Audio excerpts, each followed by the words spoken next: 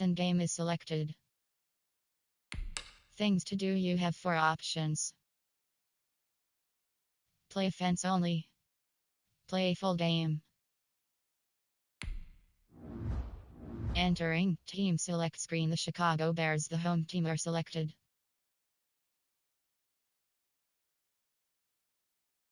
Ready.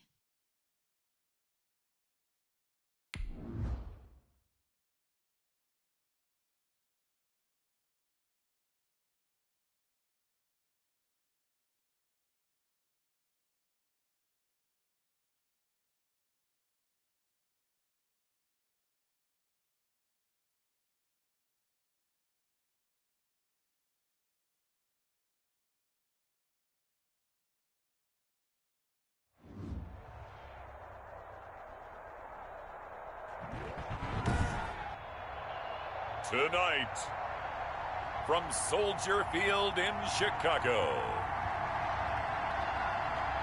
it's a special prime time edition of the NFL on EA Sports.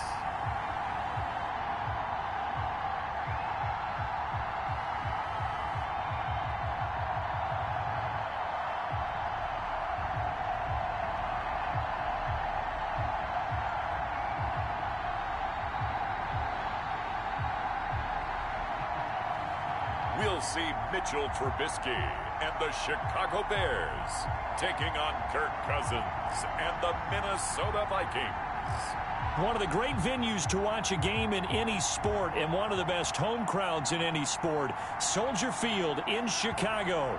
This was the scene a moment ago as the Bears emerged from their tunnel.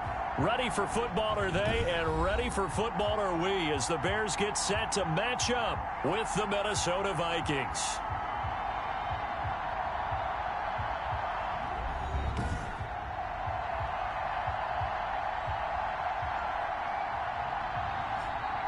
With Charles Davis, I'm Brandon Gaudin. And Charles, you look at this Bears team entering play. They come in feeling good after back-to-back victories.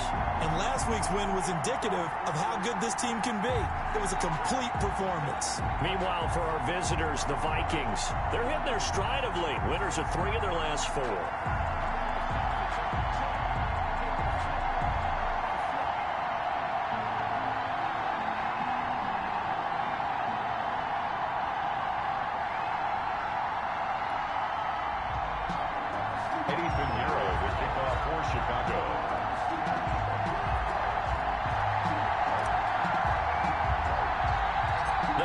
Starting to get a bit longer. Week 10 of the NFL season is here, and we're underway on EA Sports.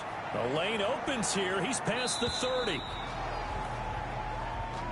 Yeah, they'll be set up pretty nicely here as they have it up to the 35-yard line. Minnesota's offense and QB Kirk Cousins set to go here. And you and I both know that any win is a good win, and that's what they did last week. But there's also plenty for him to work on in his game, wasn't there? Yeah. 2 touchdowns, an interception. Yeah, you know, he wants to increase that a little bit in terms of ratio. But first and foremost, they did win the game.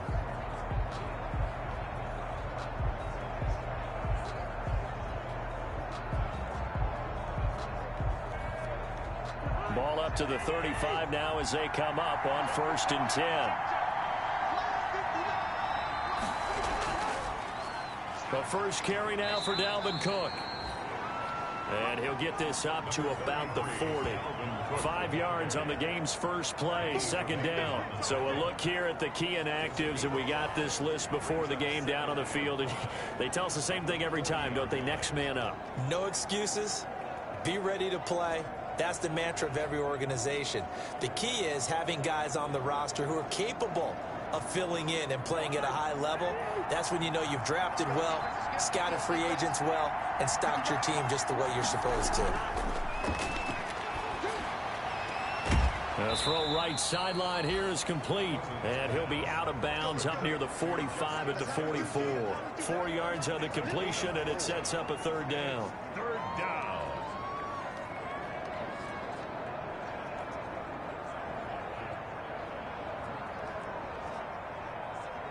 Just play number 3 here on the opening drive, and it's an early 3rd and 1. From the shotgun. It's Cousins. Open man is Thielen. It's complete. And taking it across midfield and just shy of the 40. 14 yards through the air. Caught the D off guard on 3rd and 1.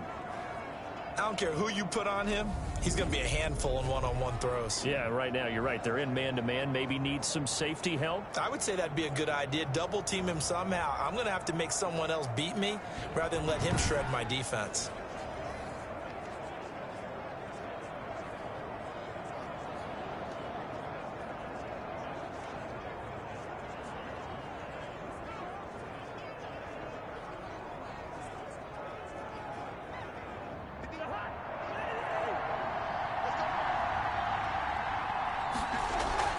First down, here's the run with Cook. And this time they were ready for him as they'll stop him right at the line of scrimmage. They'll lose a yard there, and it's 2nd and 11. Nice play right there to stop him behind the line, but I want to see how this defense continues to play him here in the first half. Yeah, we know. You know better than I. He has the ability to take over a game, so what do you do? Yeah, I think you have to make sure that you bottle him in at varying levels, because if you crowd everyone to the line of scrimmage, if he breaks through, there's nothing but room to run.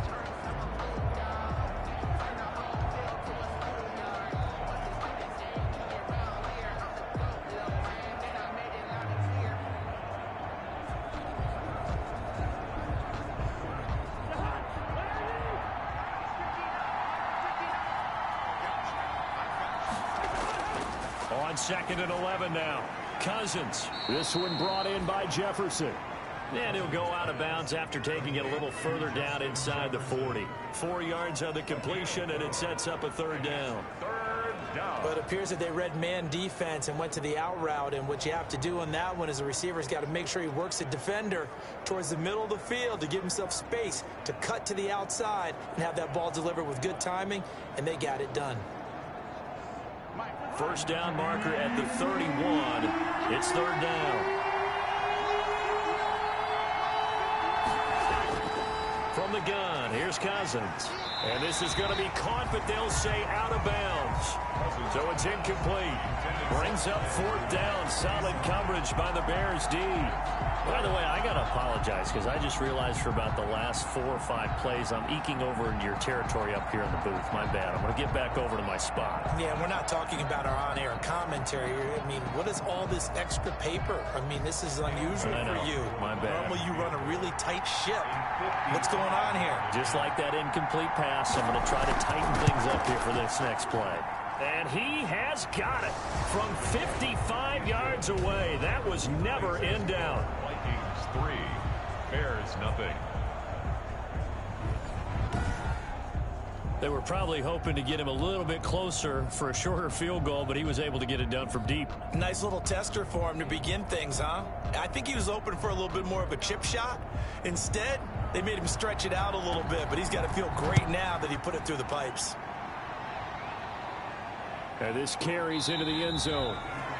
And no effort to bring this one out. It's a touchback. Mitchell Trubisky taking the field to lead Chicago. Trubisky, the Ohio native, went to North Carolina, then drafted by these Bears as the number 2 pick in 2017. That was a solid performance last week, wasn't it? 2 touchdowns, no interceptions, ran the team well, won the ball game. Bottom line, may not have been earth-shattering, but it didn't need to be.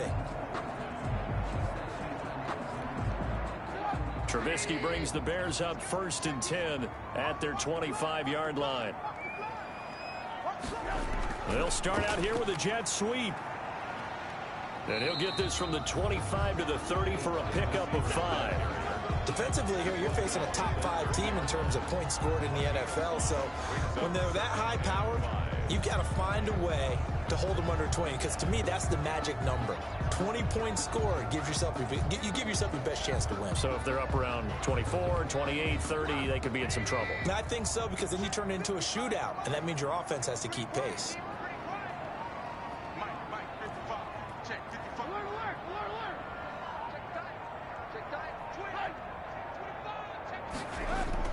From the 30 on 2nd down, Trubisky, and this is caught. It's Jimmy Graham. And they nearly get this all the way to midfield. Mark him down at the 49. That one good for 20 on the catch and run. first and 10. Nice job there of utilizing his big target. He didn't overthink it. Understands the catch radius, understands that he knows how to use his body to keep defenders away from the ball, and puts it right out there for the nice pickup.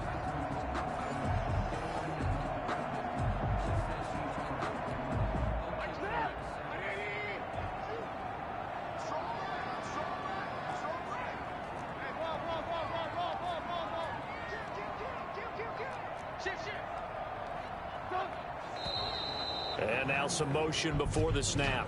And this will be our first penalty of the night's proceedings. And that'll set them back 5.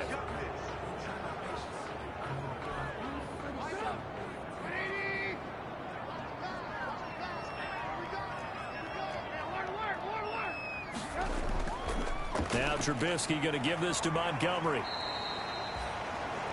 In a word, I would say productive, finding the end zone 3 different times. Is it possible that you're really underselling it? 3 touchdowns, just going to call him productive? What do you want? This guy had a nose for the end zone. He was good. Had a snootful, didn't he? How about that? Big-time game. 2nd and 11 now.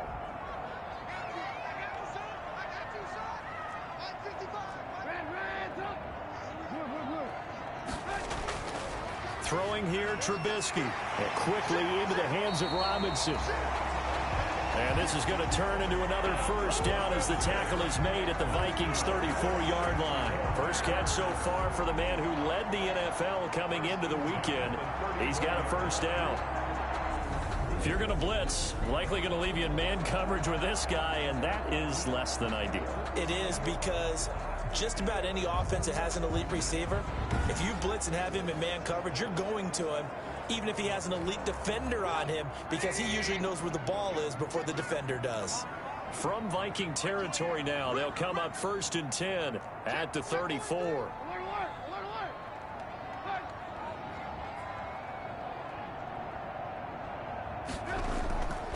They'll run for the first time with Tariq Cohen. A pickup of about 3 yards as he's taken down at the 31. A gain of 3, 2nd down. Yeah, I don't know if it's exactly a win-win, but if you're on offense, you'll take that kind of a run, all right? It was kind of stacked up, found a little bit of yardage, and frankly, they're pretty close to staying on schedule on offense. The playbook is still open for the coordinator. Snap will come from the 31 on 2nd and 7.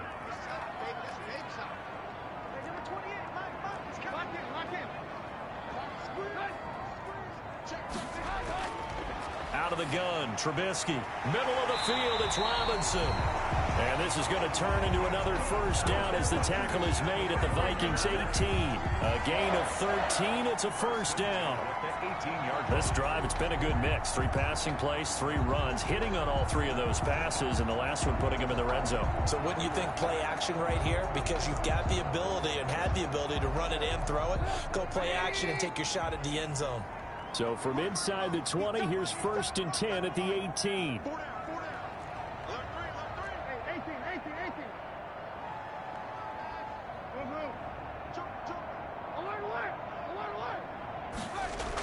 Out of the gun, running with Cohen. And he is in. Touchdown, Chicago. Tariq Cohen, his 4th touchdown on the year. And the Bears have taken the lead. A solid blocking up front from the guys on the offensive line allowed him to get in for the touchdown. Yeah, some might say that the guys on the offensive line were in concert. I used to have a coach who called it marrying up, meaning when you get on a guy, you just stay right there. Each guy has his own assignment. That allowed the runner to make the big move towards the end zone.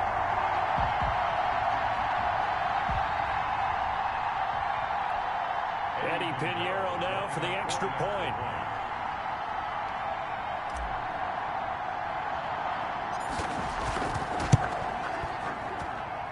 And this is no good. He missed it. Not a good start here in the kicking department as this remains a 6-3 score.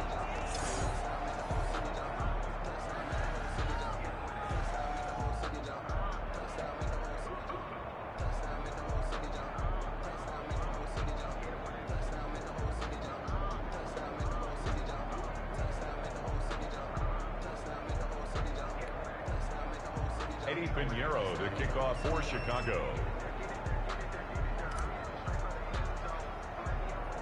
Now he's back out there to boom this one away, maybe with some frustration after the PAT miss. Looking up into the lights, and he muffs it. And he can't field it cleanly. It's loose. And up to about the 26-yard line, just across the 25. At their own 26-yard line. The Vikings taking the field here for their second drive of the game. And fortunate to get points on the board last time. They had to hit a really long field goal to do so. The kickers in today's game are so good and so skilled and hit from distances that we almost start to take them for granted, and we can't do that. That's a long field goal that they got 3 points out of. They've got to feel good about that, and they better make sure they love him up because he's helped them out. Yeah, now we'll see if that offense can put 6 on the board here. We'll see. Cousins and the Vikings with a 1st and 10 at their own 26. He'll set up to throw from the gun. He gets this one into the hands of Dalvin Cook. Call it a pickup of 7, and it'll make it a 2nd down. We've seen quite a bit of the short passing game here early on first quarter, haven't we? We have, and I think it works a couple of ways for this team because, number one, you throw the short game until they stop it. And if they're not going to stop it, you keep throwing it, and occasionally you'll break a tackle and turn it into a bigger gain. Also, if they start to creep up, start to pressure receivers, now you go over the top, take it deep, and now you get some of those big shots downfield.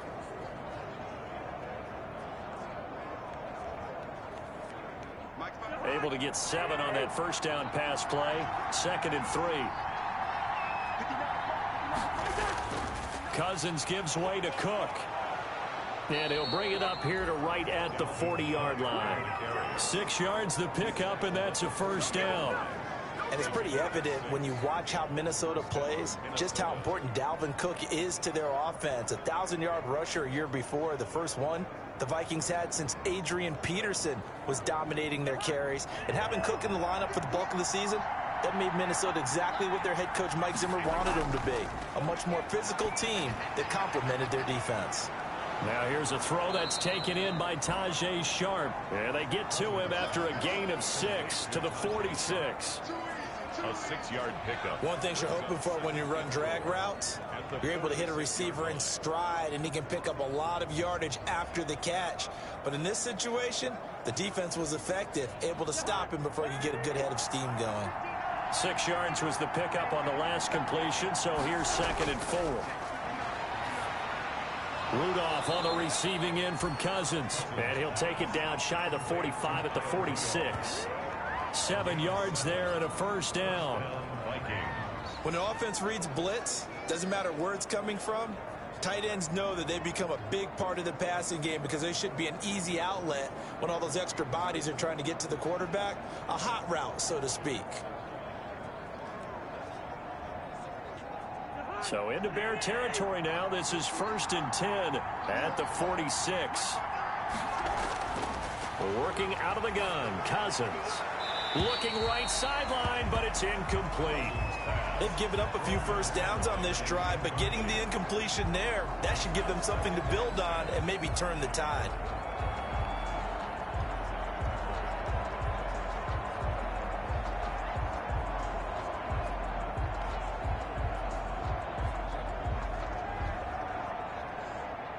An incomplete pass on 1st down. That leads to a 2nd and 10. They'll throw again. Cousins.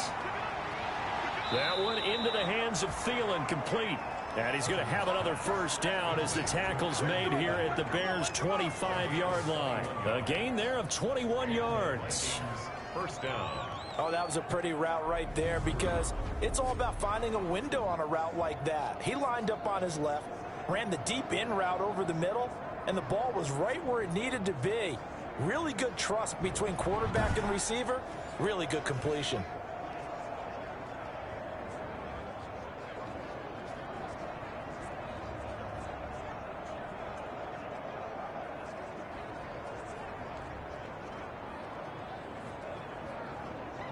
They had to settle for 3 last drive, hoping this second go-around ends in 6. In good position, 1st and 10. And they'll work it inside the 15-yard line before it's all said and done. Another strong gain on the last 2 plays. They've moved it a combined 33 yards. That was good, tough running right up the middle. And if the defense can't penetrate, and make him slow his pace or change direction, that's often the end result.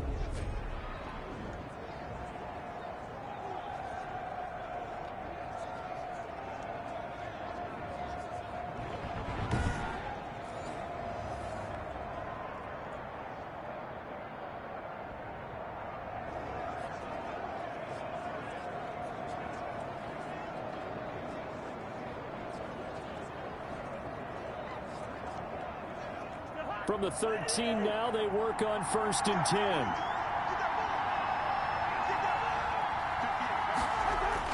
From the red zone now, Cousins. That's complete right around the 8. And he's able to work it here to the 8-yard line. They'll contain him to just 4. 2nd down. Well, they're unable to convert that into much, but it's never a bad idea to try to get the ball into a tight end of his caliber's hands and see what kind of disruption he can cause. Facing a 2nd and 6 from the 8.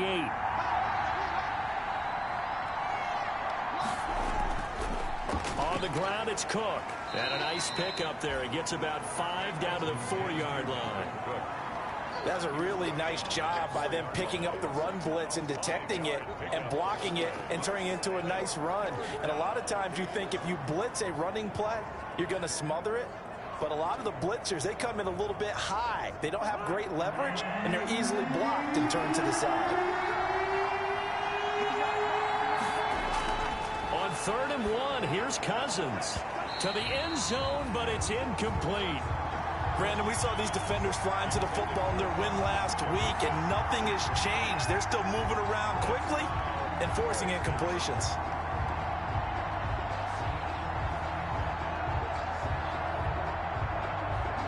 No move to get the offense off the field. They'll stay put on 4th and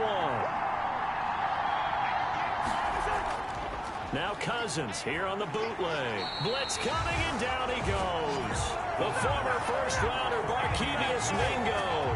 And this 11-play drive is going to lead to nothing on the scoreboard. The D brought the house. They called the blitz, and they get to the quarterback, overwhelming the O-line. And I would love to know, and we'll find out later on, was that called before the play, or did they audible into it? Because defenses change plays as well as offenses. Sometimes they get the set they want. They go right to the blitz, and in this case, they nailed it. Got right to the quarterback. No chance on that 4th down. At the line, prepping for their next drive, the Bears offense. And, you know, certainly a lot of football left to play. We're not into December yet, but right now where we stand, they're in first place in their division, looking really good and looking to be a threat come January. And are you one of those early holiday shoppers, partner? Are you one of those guys get your list done? Because I think about what every team has on their holiday shopping list right now. What's the number 1 goal? Make the playoffs. Number 2, win your division. Number 3, and I think the biggest goal of all, try to get the number 1 seed so you get that first-round bye and ensure you don't have to go anywhere in January and hopefully get to the Super Bowl that way.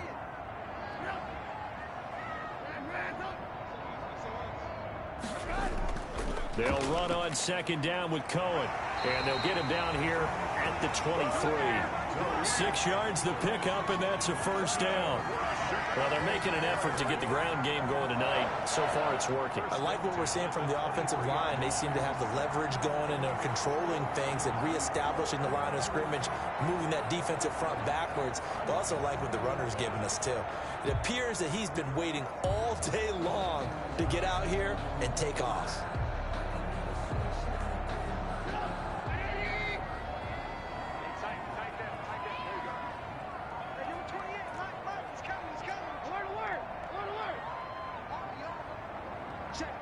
They snap it at 1. Now it's Trubisky.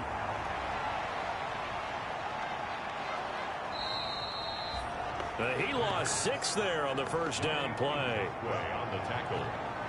Tackle made back at the 17-yard line.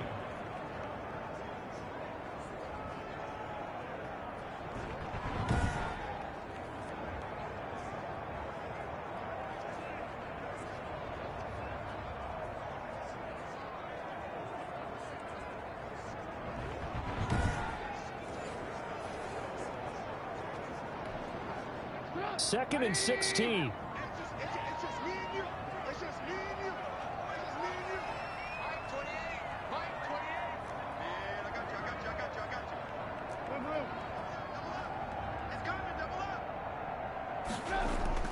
Trubisky now off the bootleg. And this is taken in by Darnell Mooney. And able to get this across the 20 before going out of bounds. That catch good for 5. It's third down. Third and 11.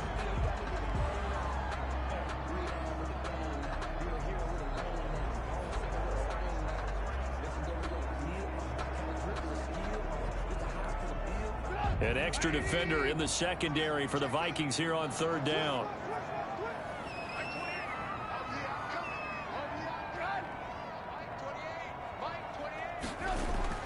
Here's Trubisky to throw. The screen pass here to Cohen. And he is going to lose yardage here. And a loss of 3 to bring up 4. 3-yard loss on the play. Partner, when you see a screen pass and the defensive tackle ends up making the play, you know that one wasn't sold well at all, because he should be upfield by the time you throw the pass. If not, you end up with big trouble, as we just saw right there.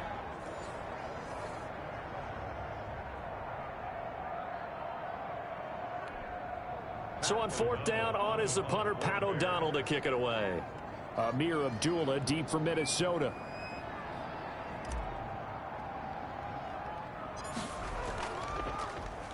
They only punted twice in the win last week as he gets this one away.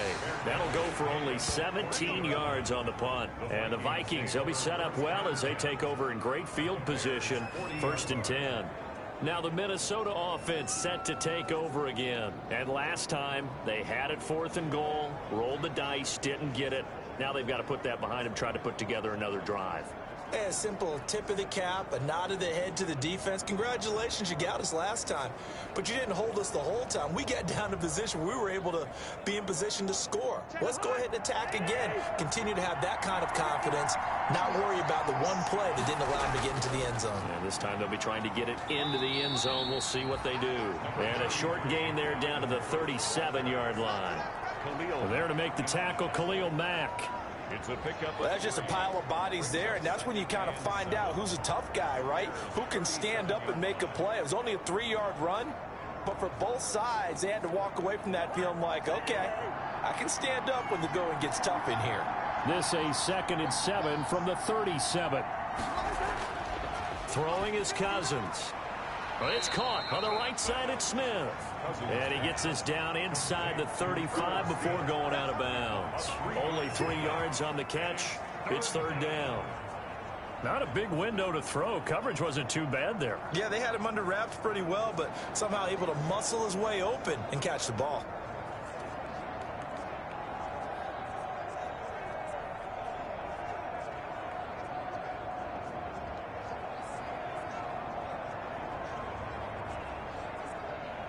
They were handed great starting field position on this drive, but now they face a 3rd and 4. Cousins to throw it. And he finds his target. It's Sharp. And he's going to get this down near the 20-yard line. 13 yards as the Vikings pick up the first down. That's a play that will likely be forgotten when you talk about big moments in this game. But plays like this are critical to keep drives going. And if points result, we'll call this play significant.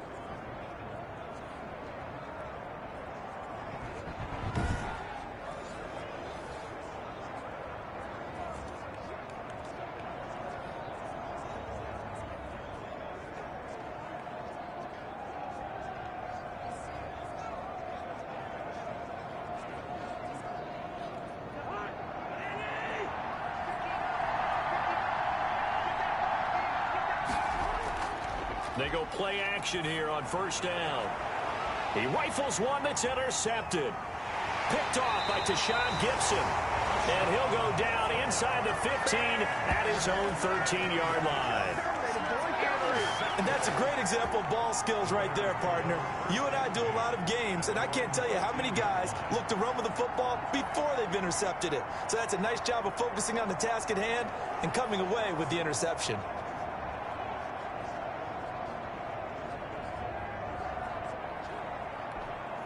From the 13 now, they work on 1st and 10.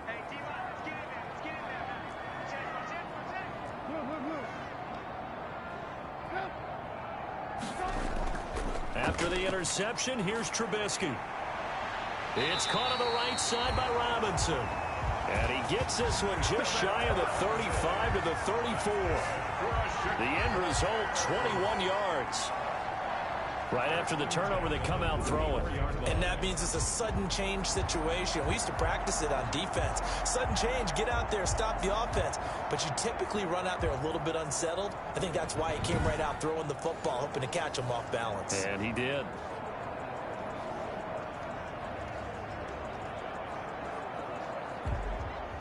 From the 34 now, here's 1st and 10.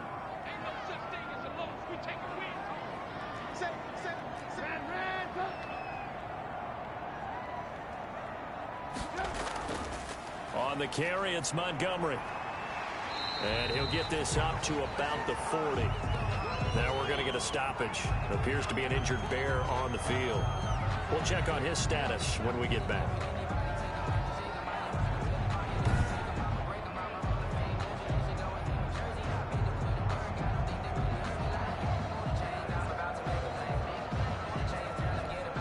They'll come up on a 2nd and 4 now from the 40-yard line.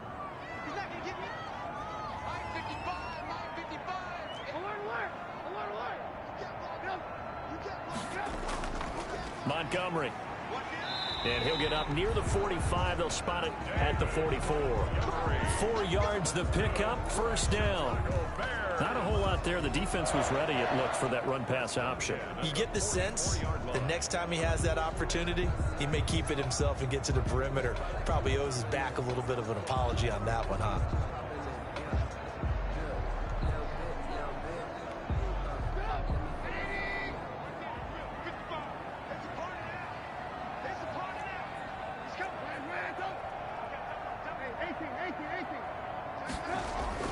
First down, here's the run with Montgomery.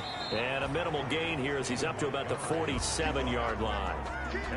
The tackle made there by Harrison Smith. A 3-yard pickup. Look, all any running back wants is a little bit of room, a little bit of space in order to maneuver.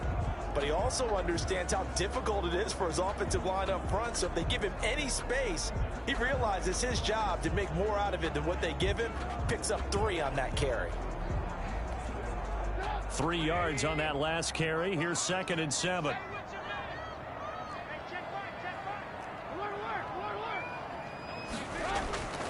Now they'll throw it with Trubisky. And he finds his tight end, Graham.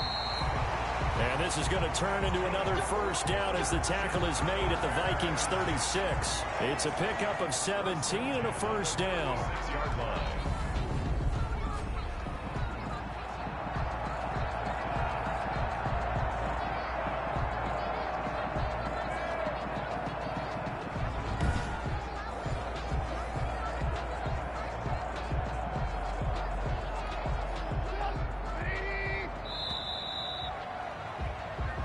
Three is our score after 1. It's the NFL on EA Sports. Vikings 3.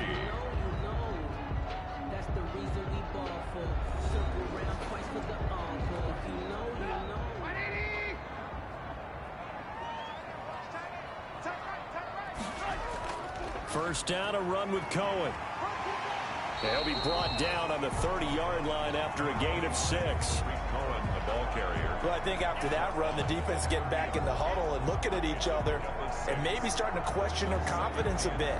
They gave up a significant run, 6 yards, and now you're saying to yourself, how do we stop them, and do I have enough confidence to make a play? The last run got 6, now 2nd and 4.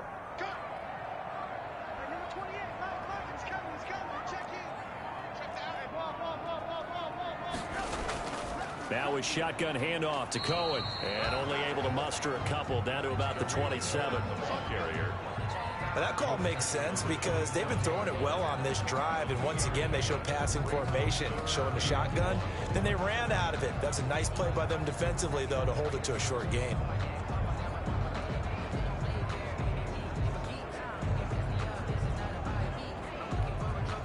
This will be play number 7 on the drive. 3rd and a yard.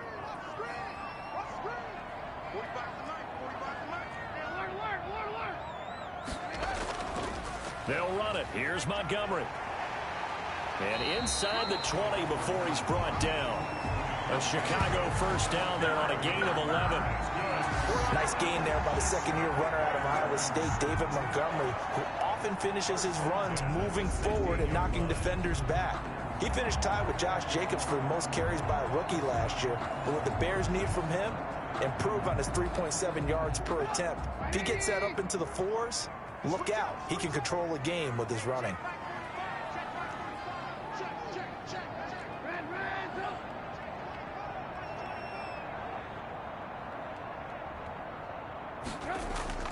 From the red zone now, here's Trubisky on first down. That's caught by Montgomery. A good rally to the football keeps him to only a yard, and it's second down. All defenses worry that whenever anyone catches the ball and has a head of steam come out of the backfield, it can turn into a big play with missed tackles or he runs through people. But they were right there waiting, and they stopped him for a minimal gain. They only got a yard out of that last completion, and that makes this 2nd and 9.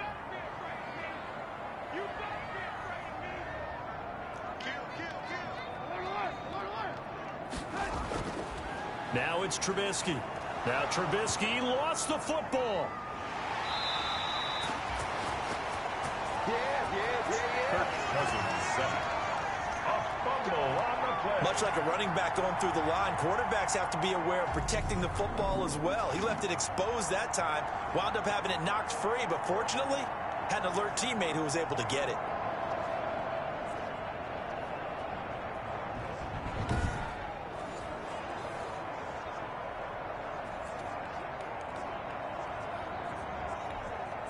Good news, they kept the ball. Bad news, it's 3rd and long.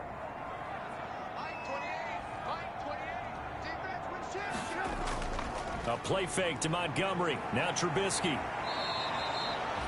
Boy, that's a 5-yard loss. 4th down now. A loss of 5. It's 4th down.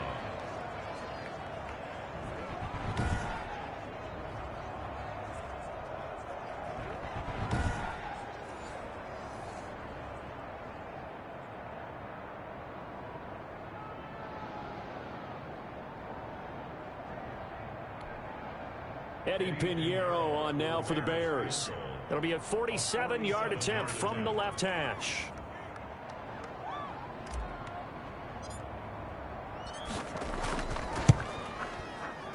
And his kick is absolutely perfect. And the lead will increase to 6 now. It's 9-3. Vikings 3.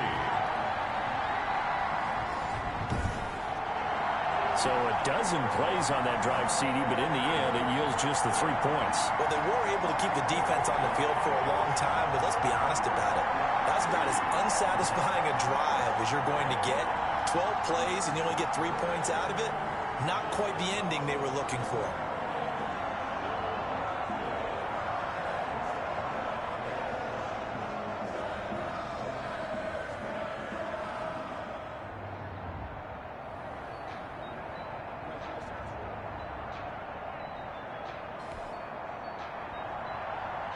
Eddie Pinheiro, the kickoff for Chicago.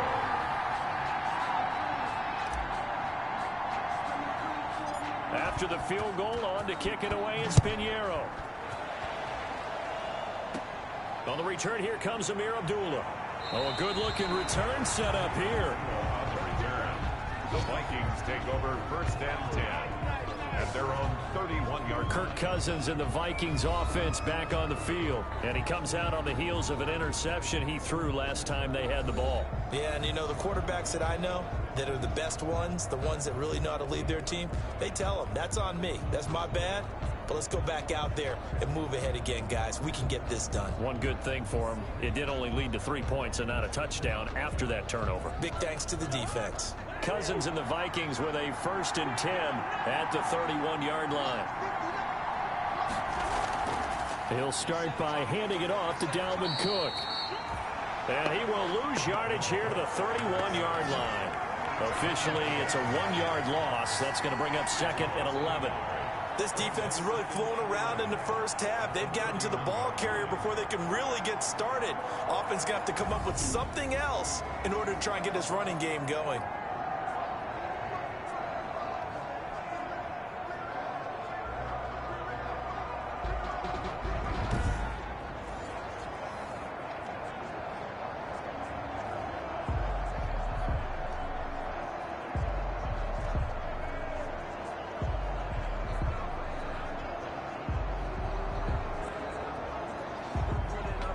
A loss of a yard there to start out. That leads to a 2nd and 11.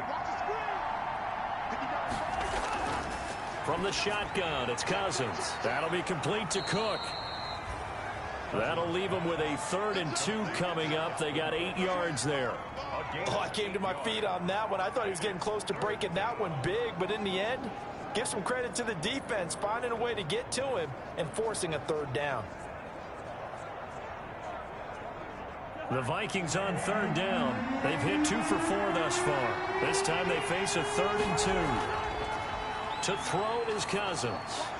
And that is incomplete. The passing game not in sync here early. And now it's 4th down. Not much going on this drive. Looks like they're going to have to punt it away, CD. And right now I know a lot of their fans are screaming for the OC to change things up, get away from what he's been calling. Sometimes you just need better execution of the plays that have been called.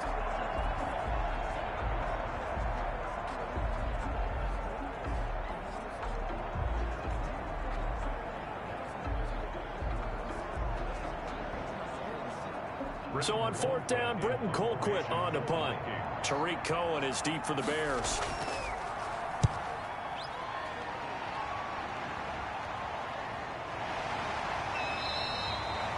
"36 yards on the punt with no return, and the Bears take over." So here are the Bears to take over on offense. They've won 2 straight, and they lead this one as well as they come up on 1st and 10.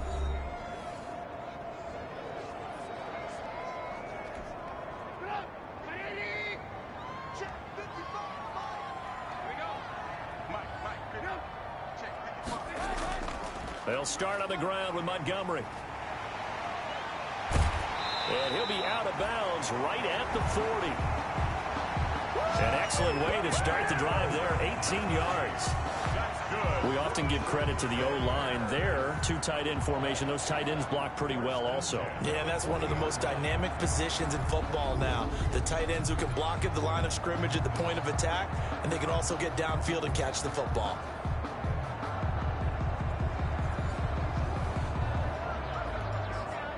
So quickly all the way up at the 40-yard line.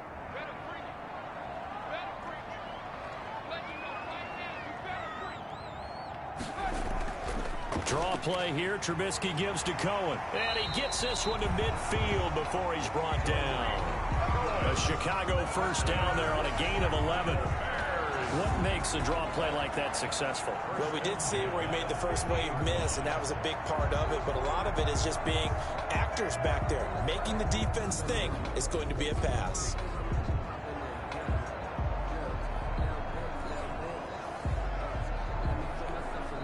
Back-to-back good plays have them on the move on 1st down.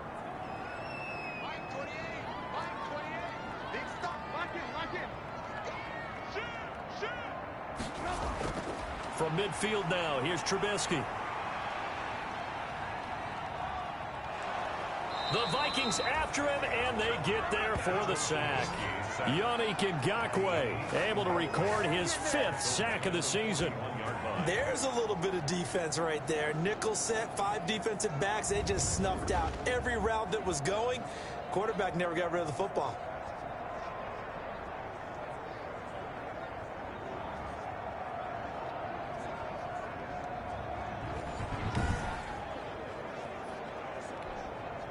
Pass protection has been a problem all night long as they come up facing 2nd and a bundle.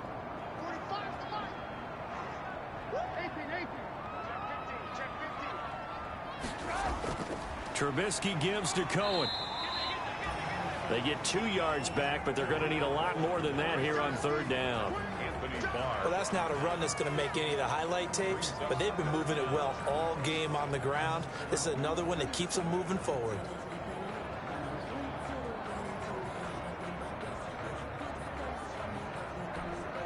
The Bears on third down, just 1 for 3 thus far. This is 3rd and 17.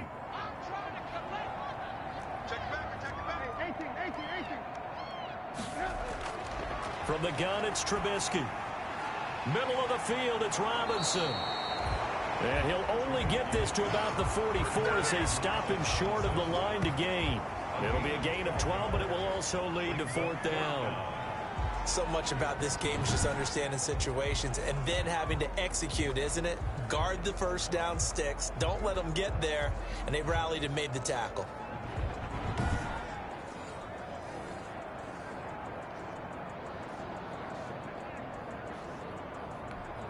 Here's Pat O'Donnell now as he'll punt it away for the 2nd time.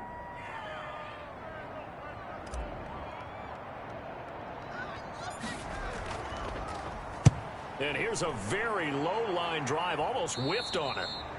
That'll go down as just a 20-yard punt. And the Vikings will take over here 1st and 10. Dalvin Cook taking the field for the Vikings' next possession. He's been good. They've utilized him well, but they're losing here in the 2nd quarter. What might they change offensively? I think that what you try and do is expand how you get the ball to him a little bit. Get him out in open space, maybe swing the ball to him. What's that they used to call it in the West Coast offense, the long handoff? Yeah. Serve as your running play that way, as well as continue to feed him the football. Some of these runs now may pop bigger later in the game because of the effects of running it. Sometimes people, after a while, they don't want to tackle him anymore. Now Cook hit and he lost the football. And this is picked up by the Bears. And they have the football and will set up shop at the 33-yard line. Always costly to cough up that football. These defenders, they become so adept, though, at jarring it free. Yeah, it's amazing that there aren't more fumbles caused because now, if you're an offensive player, you go through ball security drills every single day. It's really not out of line to think that you should take the ball to bed with you and just hold on to it. But the bottom line is, no matter how much you try to protect it, these guys are pretty good at finding ways to knock it out. So they'll come up 1st and 10 now from the 33. Draw play, Cohen. And he'll get this down to about the 30, 31-yard line. 2 yards on the pickup there. It'll be 2nd and 8. Whenever we talk about the best strong safeties, one word constantly comes up, and that's instincts. Being able to diagnose run or pass and make the appropriate moves. He crashed down hard there. He was ready for that running play. The last run good for 2. Here's 2nd and 8.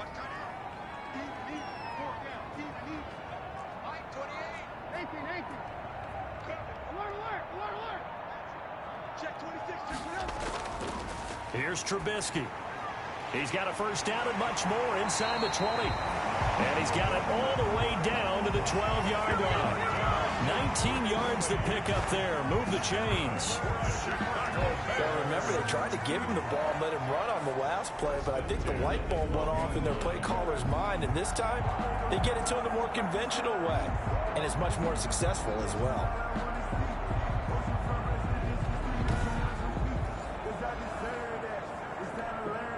From down at the 12, it's 1st and 10.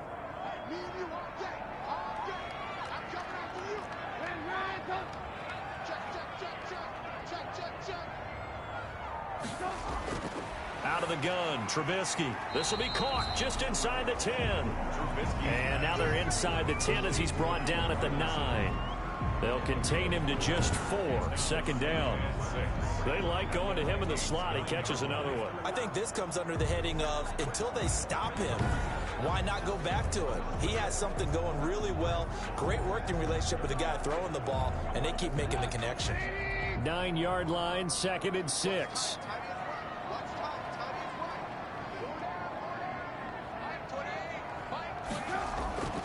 On the draw, this is Cohen. And only about a yard there as he takes it from the 9 to the 8. He's definitely tough to get down. We just saw it right there. But how about what we did see? Pursuit, wrap up, and then the big finish with the tackle.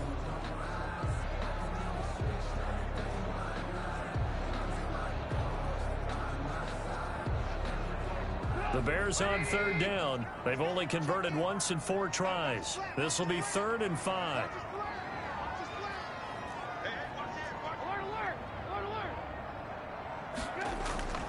From the shotgun is Trubisky. And Miller will pull this one in. He's got it for the Bears touchdown. Anthony Miller with touchdown number 7 on the year. And the Bears will extend their lead.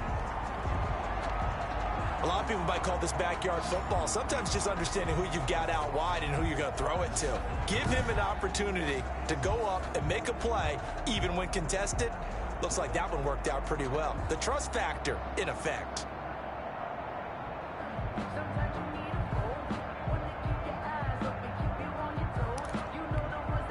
Now Trubisky will lead the Bears up to go for 2.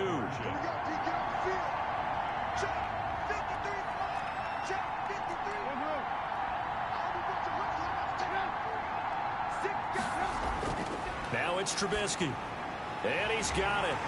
So the try for 2 successful. And that bumps their lead up even further.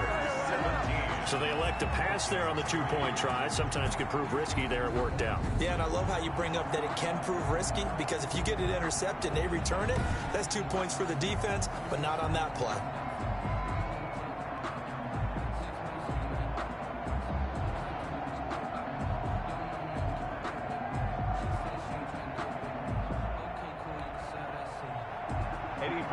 To kick off for Chicago.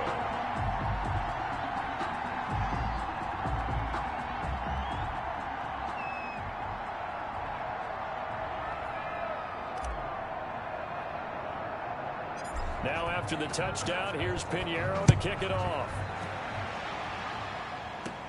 Now Abdullah, the return. Now a crease here as he's past the 30. And they're going to start this drive in pretty good shape, up past the 30. The Vikings take over 1st and 10. And now out comes Minnesota. And last time, not only the turnover, but that turned into 6 points. They got to make up for that here. We always hear about empty possessions, but some are worse than others. You can have an empty possession, punt the ball away, get yourself set to play defense, but when you turn it over, it changes momentum, and when they take it downfield and punch it in on you, that's a bad possession all the way around. Yeah, but you're hungry to get back out there, aren't you? You better be, because otherwise, it's going to be a long day for you. Cousins and the Vikings with a 1st and 10 at the 31-yard line. And from the shotgun, he'll throw. He gets this one into the hands of Dalvin Cook. And he went nowhere. He'll lose yardage back to the 29. That one unable to develop, never got going. A loss of a couple, and it's 2nd down. Really good defensive effort. They were all over that little swing pass out to the right side before lost yardage. Terrific read, better execution, and done with a lot of enthusiasm, wasn't it? Absolutely. They saw it all the way, ran to the football, and caused a nice play for lost yardage.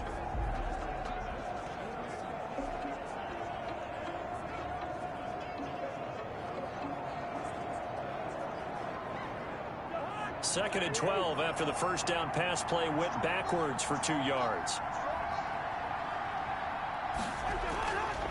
They run, Cook, and he's going to lose yardage and be backed up to the 25. It'll be a loss of a full 3 yards there, and it also brings up 3rd down. Well, they went back to him, but the results were similar, so I highly doubt that he'll get another opportunity here on 3rd and long.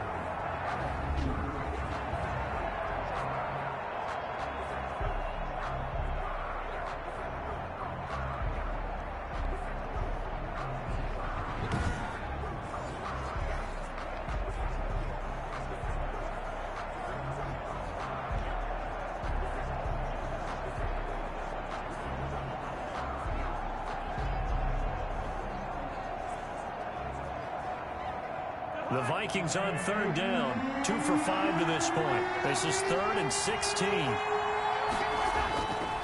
Working out of the gun, Cousins. And that is incomplete. The passing game not in sync here early. And now it's 4th down. The scoreboard tells a story for him, a little bit bleak, and while it's not quite desperation time yet, it's definitely getting close, but the defense reads the scoreboard as well. They're going to back up and make them really earn it.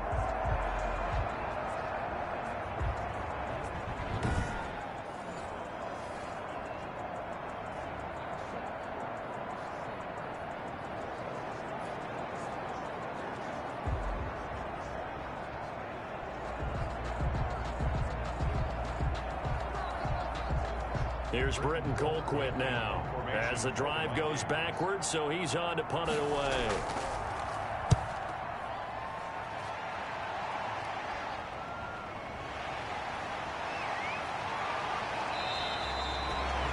A good return there, 17 yards. And it'll be a short field for the Bears as they take over 1st and 10. The Bears offense led by Mitch Trubisky heading back out there. He's playing pretty well. I don't think it's necessarily him changing up something he's doing, but that O-line, they've got to protect him better. They do. They've got to make sure that they give him more than enough time in order to find targets downfield. And sometimes what happens when these things are going on is that the field general will step up and say, hey, that's on me, guys. I didn't get rid of it fast enough. Anything to try and relax them a little bit and take some pressure off, because they do know that they are trying. Yeah, well, we've seen the 4 sacks so far in this contest. And he'll get it down to the play to the 37. On any explosive run, you can almost feel the ground shaking, and that's from the offensive linemen creating space for their runners. I had an old coach tell me before, they always told his runners, run around the offensive line in pregame. Get used to the ground shaking so you don't trip and fall when it happens in a game. A good position to be in here, 2nd and inches.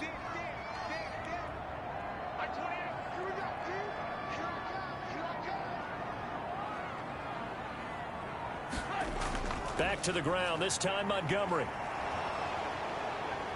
And good pressure defensively to stop him for a loss of a couple. Now there's also a flag to go with it. Come on, dog! So on the big tight end, holding. Each and every year, we talk about very few tight ends coming into the league that are polished blockers or asked to do it a lot in college. So it's a constant struggle and a constant fight to learn how to do it without holding.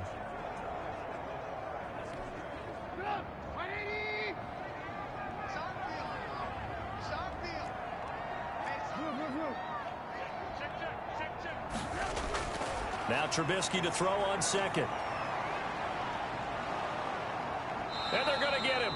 He's taken down for a sack back at the 47-yard line. Credit the sack to Corey Legion. Well, maybe that can give him a little bit of a pick-me-up, a little bit of a jolt. One of the few things that's gone right defensively. Because other than that, it's really been a first half to forget.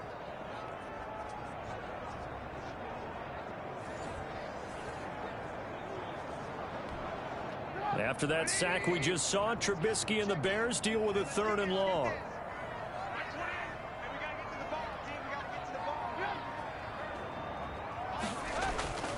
Throwing here, Trubisky. And Robinson with a big catch. Touchdown, Chicago! Allen Robinson hitting double digits with his 10th touchdown of the season.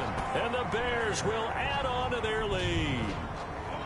If you didn't know it, it won't surprise you to find out that this team leads the league in scoring. They've been a quick strike team all season long. There's another example. They did it again. This offensive coordinator, right now he can write his ticket towards being a head coach. He's advanced in the ways of offense. Pinheiro now to add the extra point.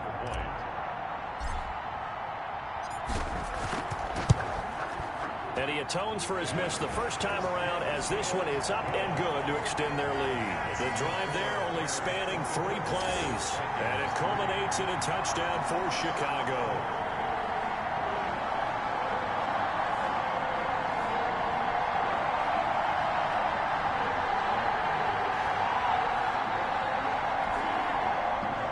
Pinheiro to kick off for Chicago.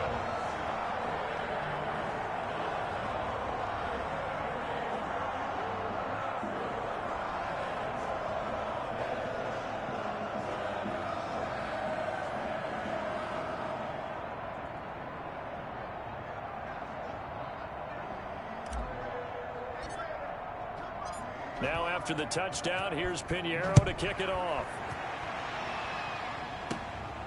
Now Abdullah, the return. Oh, a dangerous return man showing it here. A solid return, pretty good field position. They'll start at the 32. at their own 30. Minnesota now ready for their next possession. And on the last go-around, they really couldn't get anything going. They had to punt from deep inside their own territory, which means you're going to lose the field position battle as a general rule.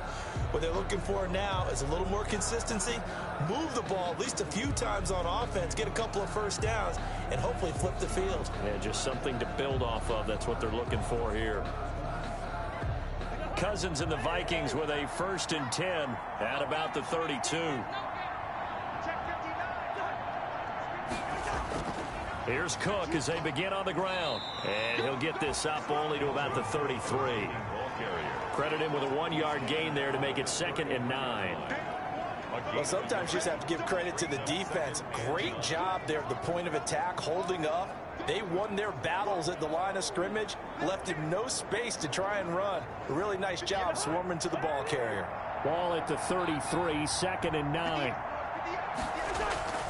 From the gun, here's Cousins. And he fires one that's intercepted. Picked off around the 37. And they will score a pick 6 for a Bears touchdown.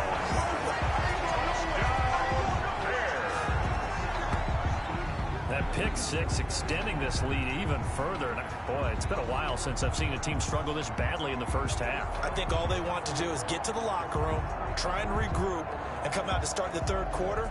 But if things don't improve fast then, I think the backups get a lot of play in the second half.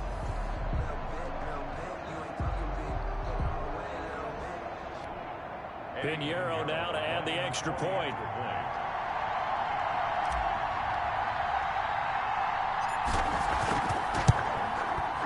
He missed one earlier, remember, but this time he gets it to go.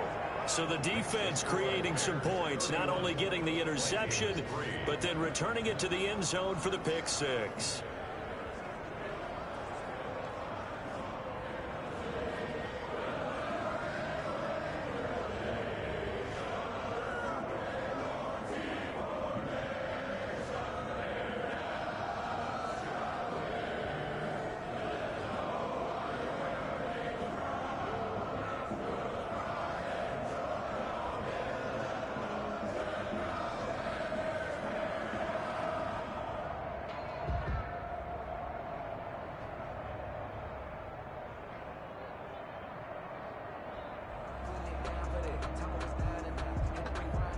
Pinheiro, the kickoff for Chicago.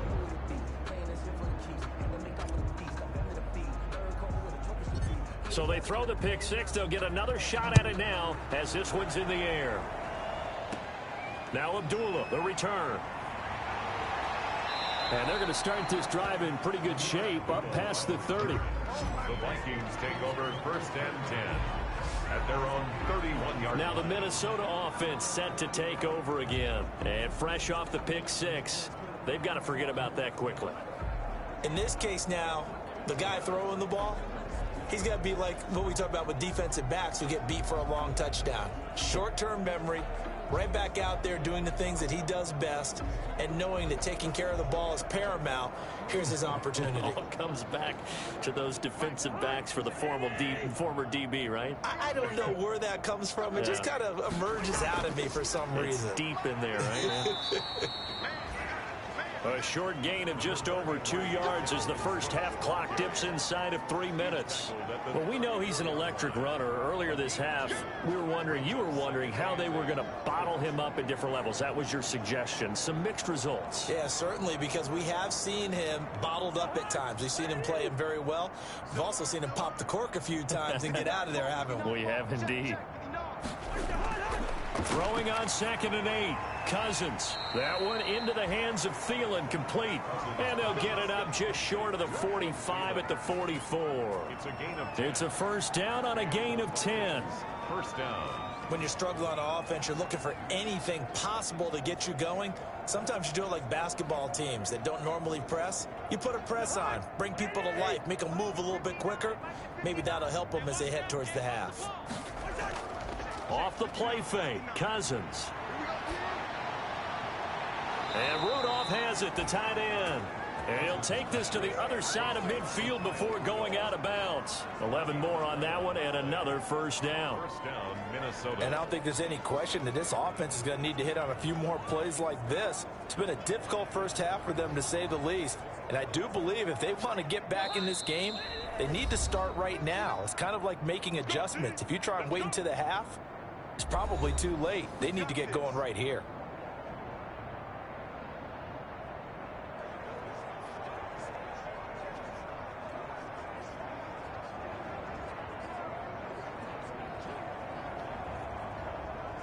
A reminder coming up just a few minutes from now, we'll send you to Jonathan Coachman and our crew in Orlando. Coach will have a look back at some of the stats and scores from yesterday's action. Here's a throw out wide, complete to his running back right side. The completion, but they go in the wrong direction. A loss of yards, and now they're dealing with a 2nd and long.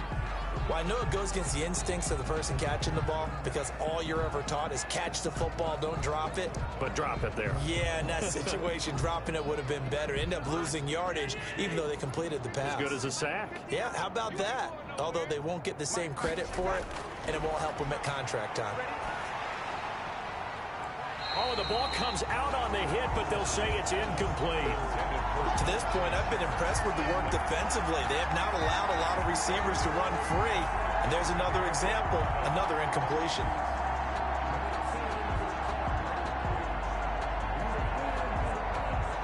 An incomplete pass on that last play, and that means they'll need to come up with something here on 3rd down. Cousins again. Setting up the screen for Cook. And he'll be out just a yard or two shy of the 30. He'll get 15 and a Vikings first down. A gain of 15. Let's give a little credit there. The offensive play caller sensed that the screen pass was available.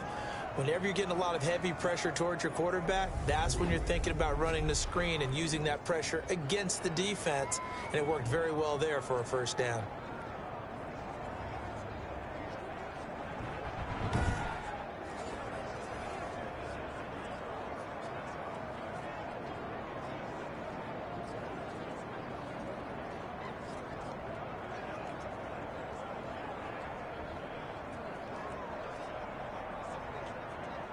This offense finding its legs now. Here's another 1st and 10.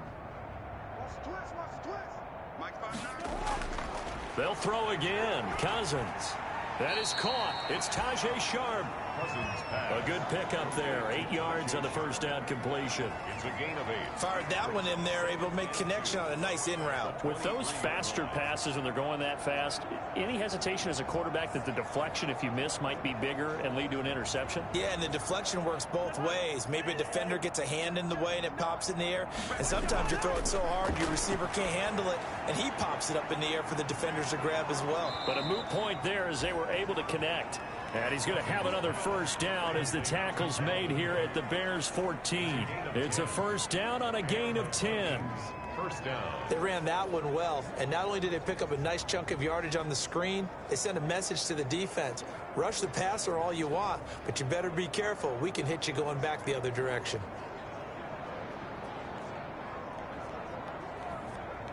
Here's a 1st and 10 at the 14-yard line. From the red zone now, Cousins. That's going to be caught at the 10-yard line. The Vikings going to signal for the first of their timeouts as they get the stoppage with a little over 50 seconds to go in the first half.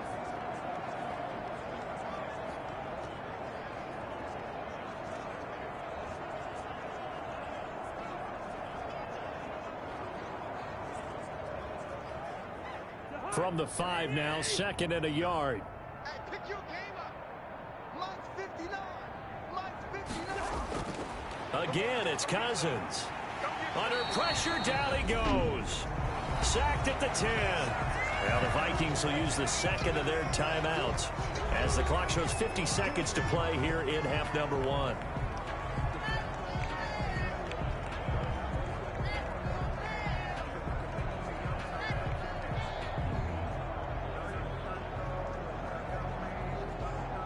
The Bears bring out an extra defender in the secondary now for 3rd down. Cousins. And that's going to be incomplete. The coverage too good there. The contact popped the ball free, and it's 4th down. He did a fine job there of not hitting him before the ball arrived, and I've got to tell you, you can often mistime that play because of the angles of approach. When you're going to get him, sometimes you panic as well and think, I've got to be there right now. Instead, in this case, timed it perfectly and knocked it free.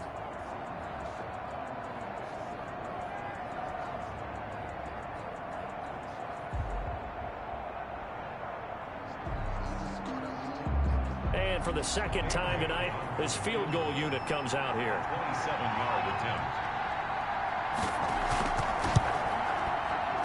And Bailey able to knock it through.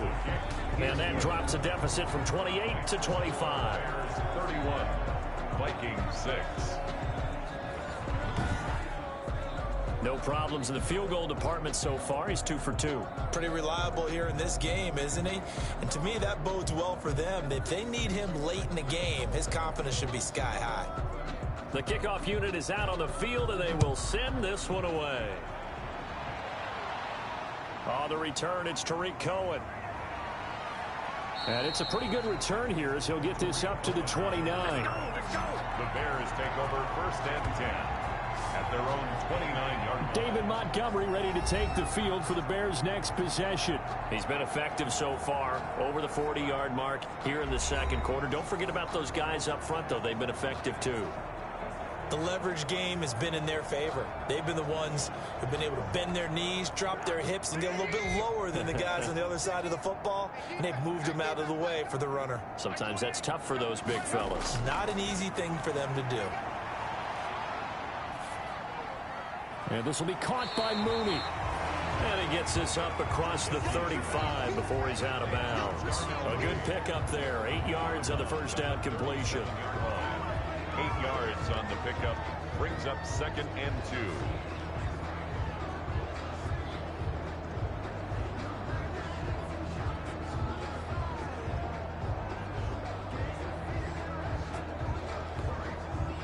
Facing a 2nd and 2 after that last catch, good for 8 yards.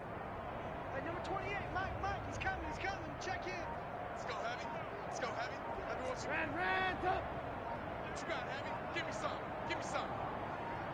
They snap it at 1. Now it's Trubisky. Pressure coming from the Vikings, and they get there and bring him down. Yannick Ngakoue in there to get him, and that is sack number 6 now for him on the year. I'm starting to wonder if this offensive line just simply doesn't like him. I mean, they've given up 6 sacks in this game. He's had nowhere to go, nowhere to run, and obviously nowhere to hide. And all those sacks in the first half, this is just complete domination.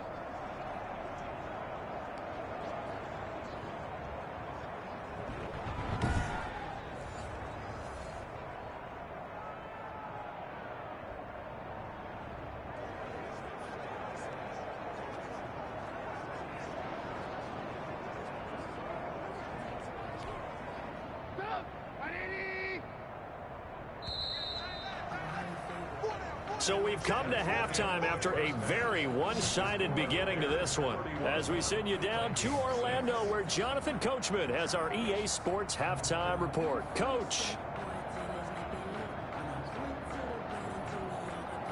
Okay, Brandon, thanks very much. Welcome in, everyone, to our EA Sports Halftime Report. Let's get you caught up on what's going on around the NFL.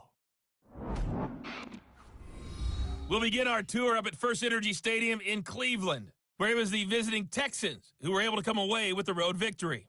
Deshaun Watson, strong in the victory as it pushes his guys back above the 500 mark on the year. Next, we head off to check out another game. And they were losers in their ball game as the visiting Buffalo Bills come in and took it to them. 30-14, your final score. Finally, let's get to the country music capital of the world and see what's happening with the Titans at home in Nashville. And they fall in that one to the visiting Indianapolis Colts. Phillip Rivers, strong in the victory as it pushes his guys back above the 500 mark on the year. In our game, it's been Mitchell Trubisky who's looked sharp thus far. He's thrown for close to 200 yards already. and that's helped propel his guys into the lead. As we send you back to Brandon Gaudin. All right, Coach, thank you, and we welcome everyone back for quarter number 3.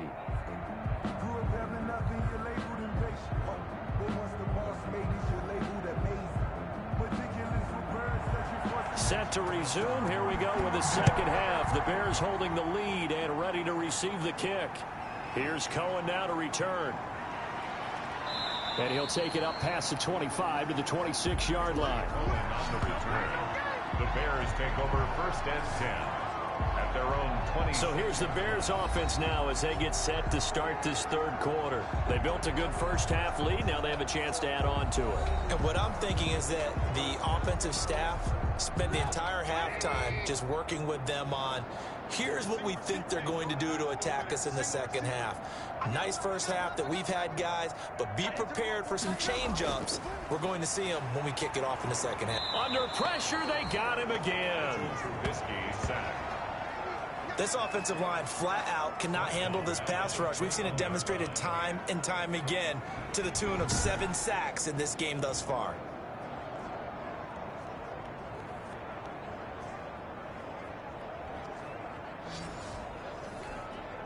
Pass protection has been a problem all night long as they come up facing second and a bundle. Number 28, Mike, he's coming, check. Alert. Under. Now Cohen. And the window closes quickly. He'll only get up to the 22-yard line. Just a yard on the gain there, and that leaves him with 14 yards still to go on third down. Well, praise has to go to the guys on the offensive line because they've had a very nice, productive day running the football. How about that poor defensive line? They've been knocked around the entire game, and while they slowed them down on that run, can they continue to do so? Because they haven't had much success throughout this ball game.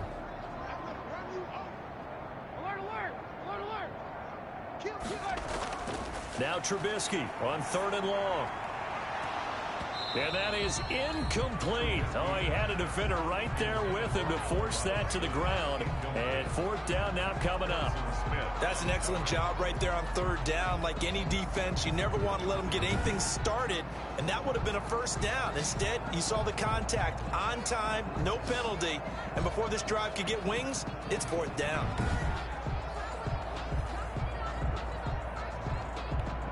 Here's Pat O'Donnell now as he's on to punt for Chicago.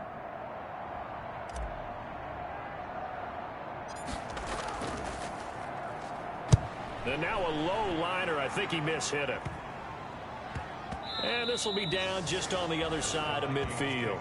First and 10 at their own 47-yard line. It's the Vikings' turn on offense. We get ready for their first possession of the second half. And, Charles, the good news, they got the stop defensively. The bad news, this is a huge hole that they're in right now. How do they start to dig out of it? That's a great question because we're not even going to talk about how do they win it, right? We want to see how they can kind of claw back and at least make themselves feel better about the game because this one is likely out of reach, but maybe one possession at a time. Try and play a little bit better and have some respect when you come out of the game. Cousins and the Vikings with a 1st and 10 on their side of midfield at the 47. And he'll lose yardage on the play back at the 45-yard line. 2 yards the loss, 2nd and 12. I think this running game, or should I say lack of one, is making this defense look better than what they really are.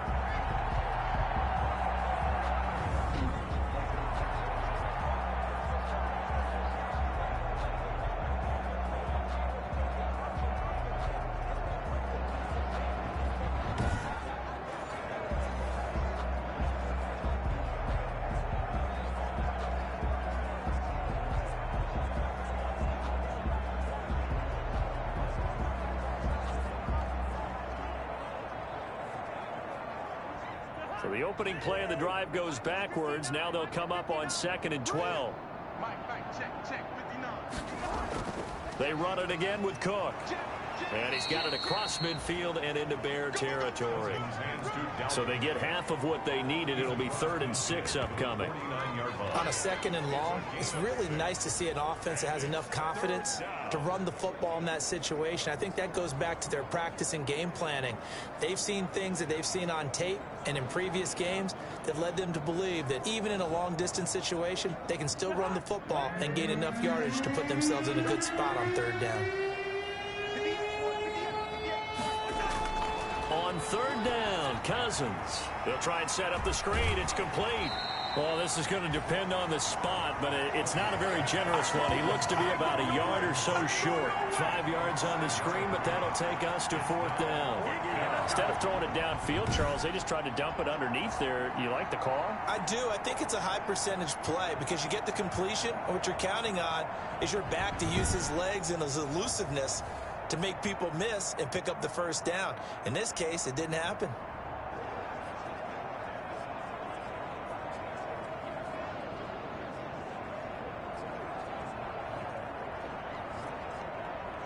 Here's Britton Colquitt now as he's on to punt for Minnesota.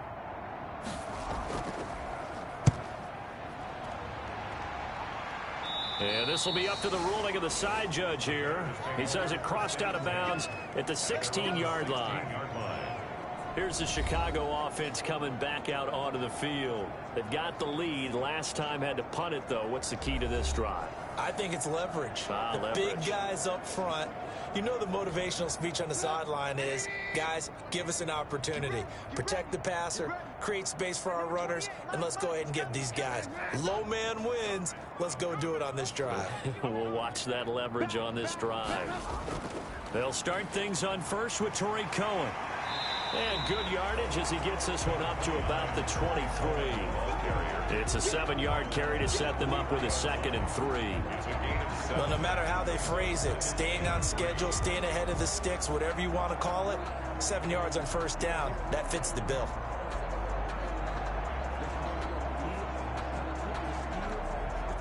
So they'll come up after the gain of 7 on a 2nd and 3.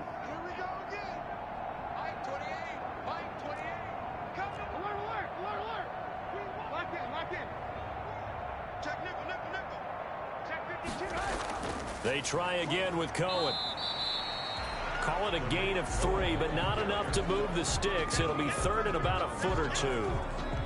Brandon, all things considered, they have to feel pretty good about getting that type of a gain, considering the blitz that they just had against them.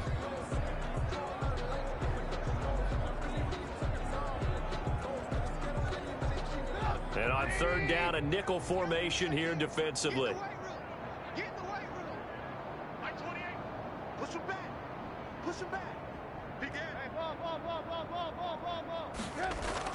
Trubisky now off the bootleg. He'll get that complete to his tight end, Kmet. And he's able to get it to the 33. Good enough for a 1st down. First target, first catch, and a 1st down. So much goes into a successful play, doesn't it? How about that play action there? Freezing the defense just enough to bring the tight end free downfield for the completion.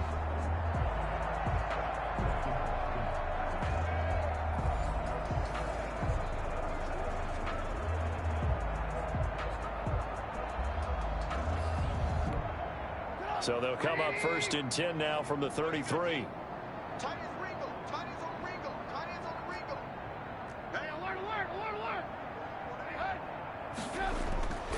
Now it's Trubisky. That's complete to Mooney. And he'll be taken down, but not before he gets into enemy territory. 18 yards on that one, and Chicago has the 1st. Well, I certainly don't want to pile on, but this defense has just not been up to the challenge in this game, and this continues as we see here. Coverage, not been very good. Soft in spots. There's an easy throw and catch for another 1st down.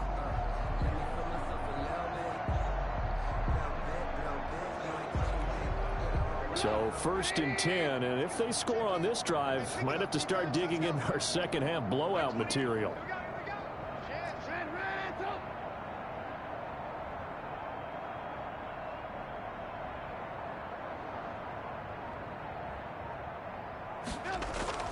Out of the gun, running with Cohen. Anthony Harris on the tackle. At the end of all that hitting and hollering, it was a 4-yard run, so the offense is going to go back to the huddle, feel pretty good about themselves. Defensively, you have to feel okay because you didn't let it turn into a bigger run, but the goal, shut it down for 2 yards or less. That's when you start to feel good about yourselves.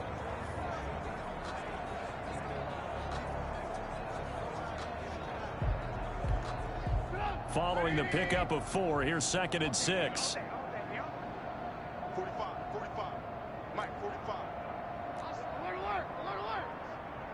I smell fear in that offense. On 2nd down, Montgomery.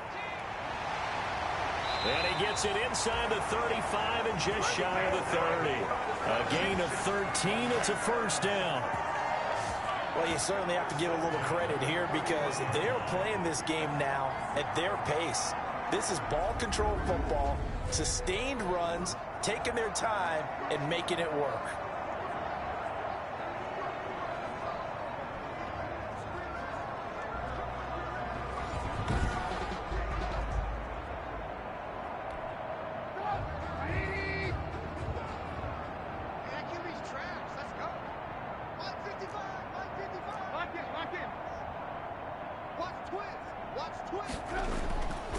First down, they run again. Here's Montgomery.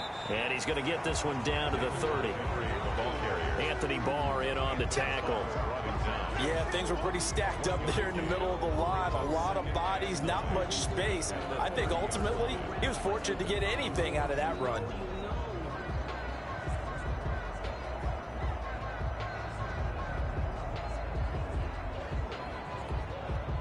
The run only got a yard. Here's 2nd and 9. Watch tight end. Watch tight end. Tight end's right. Tight end's right. Hey, 18. Yo, 4 down. Now they'll throw it with Trubisky. Trying to get it to Robinson, and it's intercepted. Picked off by the Pro Bowler, Anthony Barr. And he's able to get it back to right around the 27. They needed a break. They needed to make a play here in the 3rd quarter. Defensively, they did that. Now they got to go quickly and get some points on the board. And the best part is that they made their own break, taking the ball away. Now they just look at their offense and saying, guys, let's go. Come on, capitalize on this one. And now out comes Minnesota. They have been struggling. I would imagine at halftime they went through some possible changes. Well, those changes aren't working, so now where do you go? I think that now it's much more in their head.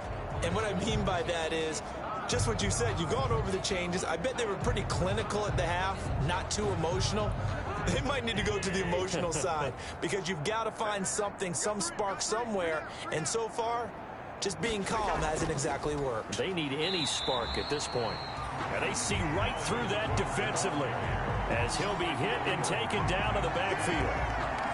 I see a shake of the head as he gets up, and you've got to imagine he's thinking, guys, you got to help me out. He's hoping his team can read his thoughts because he definitely needs some assistance.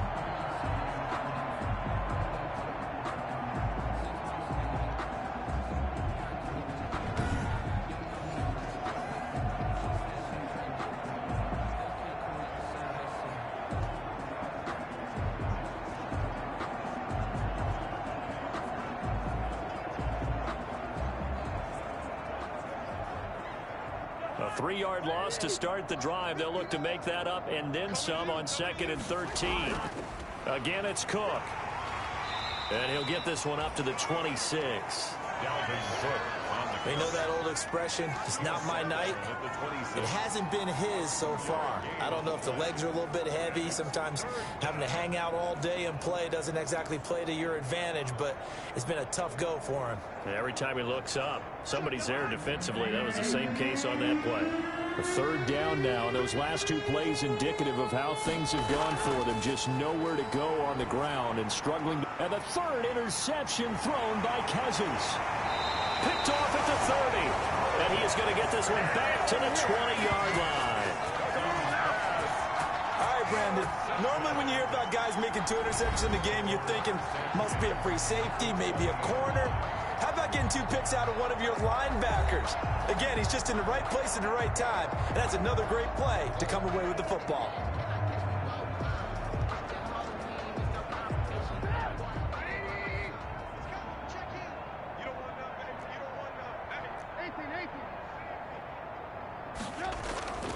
After the interception, here's Trubisky. And he is in. Touchdown, Chicago. 3 touchdown passes now for Mitchell Trubisky. And the Bears use the short field to their advantage as they cash in for 6. In order to lead in a game, you're going to get plenty of contributors, but that's his 2nd touchdown catch of this game.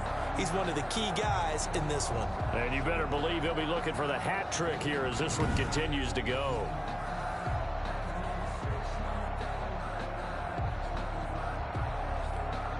Pinheiro now to add the extra point.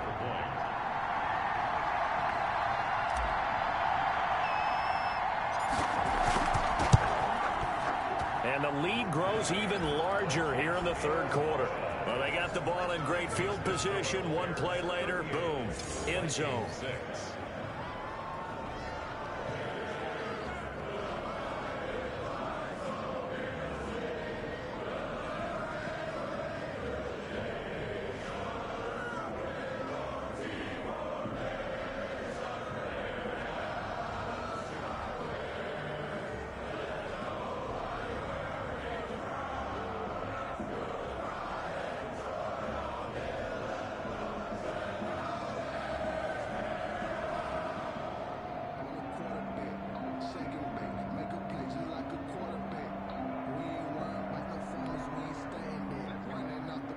Pinheiro to kick off for Chicago.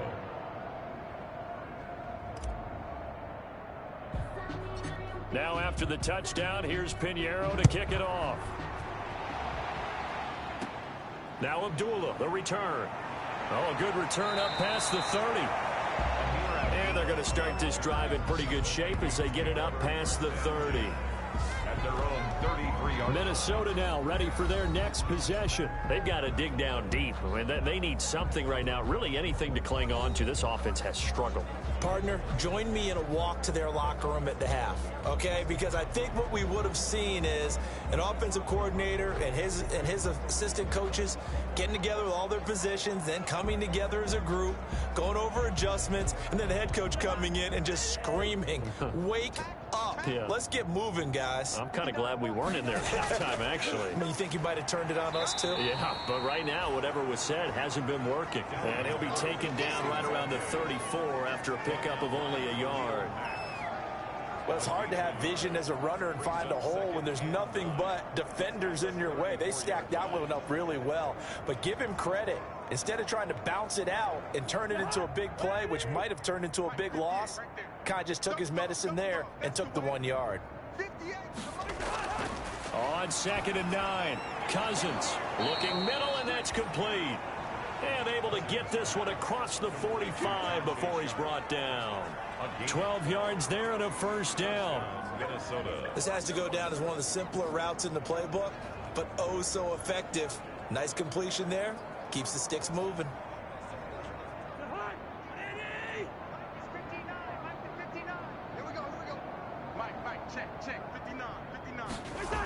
They run with Cook. He's been busy tonight. He'll be taken down at the 48 for a pickup of 2 yards. And this is why aggressive defensive coordinators love to blitz. It wreaks havoc because they end up taking their attention to the blitzers, freed up the D lineman to make the play.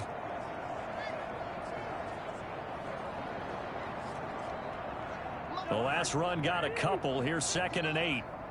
Let's go, D. Tighten up. Let's go. From the shotgun, it's Cousins. And complete. Right side, the tight end Rudolph. And down he goes at the 49, a 3-yard pickup. Only 3 yards on the catch. It's 3rd down.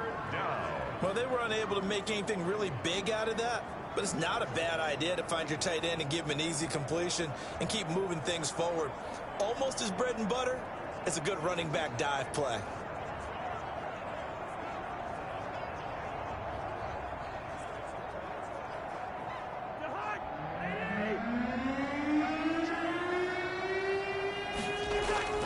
Cousins from the gun on 3rd. And he's got Kyle Rudolph.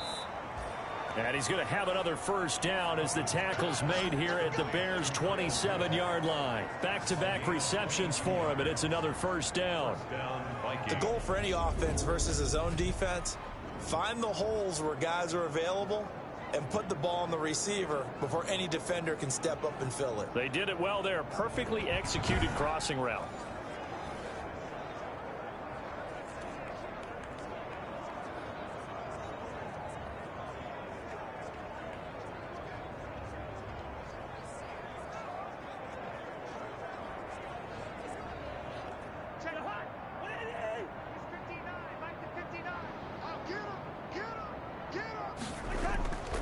First down, here's the run with Cook. And he went nowhere. He'll lose yardage back to the 29. 2 yards the loss, 2nd and 12. You got to figure the further they fall behind, the more you think that they'll get away from the run. They're trying to stick with it, but the results, they just aren't there.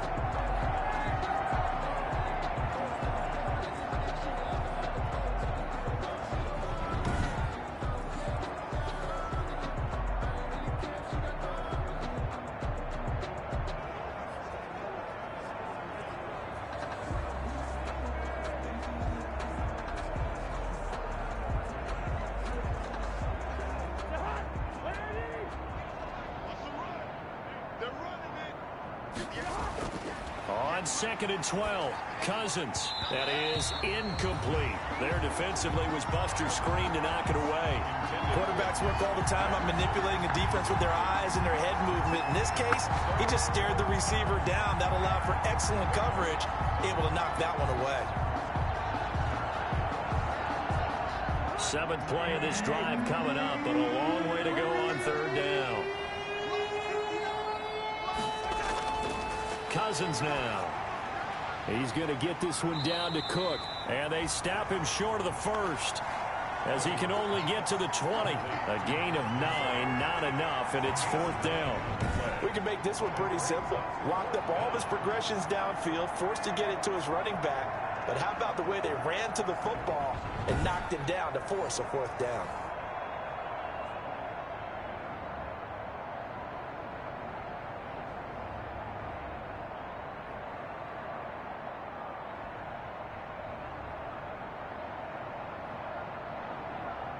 So now the field goal unit trots out there for the 3rd time tonight. This will be a 37-yard attempt. Bailey's kick is good. And that will knock this down to still a very large 29-point deficit. Vikings 9. So that one is his 3rd of the game. Now, if you're wondering, that's only halfway to his career high, as he once had 6 field goals. Brandon, but 6? Let's hope we don't get that again, please. Okay, can we see a few touchdowns here and there? That'd be nice. Here's Cohen now to return. And they'll get him down inside the 30 at the 27. The Bears take over 1st and 10. At their own 27-yard line. Back out onto the field comes Allen Robinson. Seems like the measuring stick for a receiver for a great game is 100 yards. Well, he's well past that now. And as we analyze how he's getting them, that's where it really becomes fun, because let's face it, they keep sending coverage at him, keep trying to put the pressure on, yet he finds ways downfield and finds openings. That's a really crafty receiver.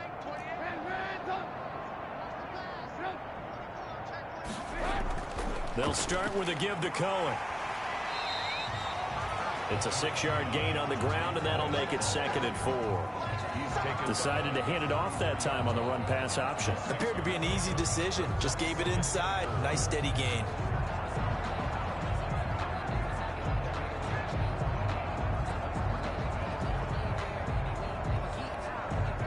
Six yards on that last play. Here's 2nd and 4.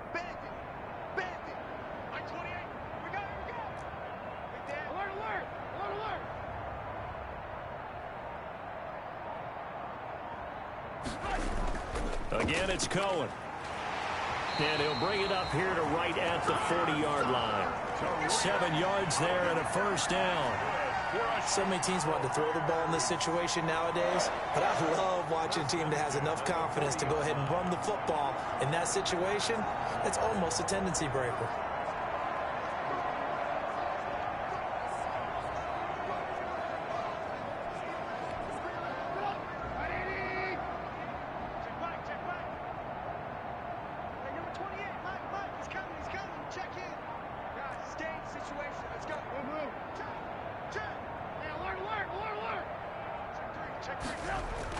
First down, here's the run with Montgomery. And he will be brought down at about the 43 that time. Give him 3 on first down. It'll set up a 2nd and 7. Well, from an offensive perspective, that was a tough run because he only picked up 3 yards. Well, let's flip it over to the defensive side. They now have the advantage. 3 3-yard gains, that means they're punting the ball likely on 4th down. That's what you're looking for when you're playing defense. Mike, 28. Let's go, defense. Look. Here we go. Bang, bang, bang, bang, bang, bang. Now a shotgun handoff to Cohen. 3 yards on the pickup. That's going to set up an interesting 3rd and about 4 to go. Some of the most unselfish players on any football team, defensive tackles, because we ask them to just eat up blocks and allow other people to make tackles. But when he can make a play himself, as we just saw there, that's a big day. It's coming. Check in. Watch QB drop. Watch QB drop. Check. Fresno. Red, up.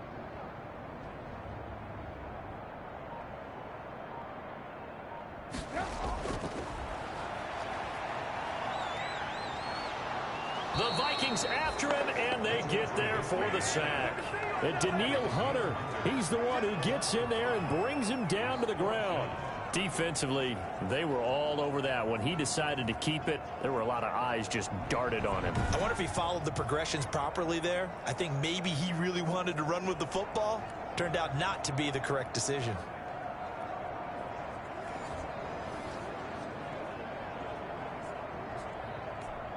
Here's Pat O'Donnell now as he's on to punt for the 4th time tonight.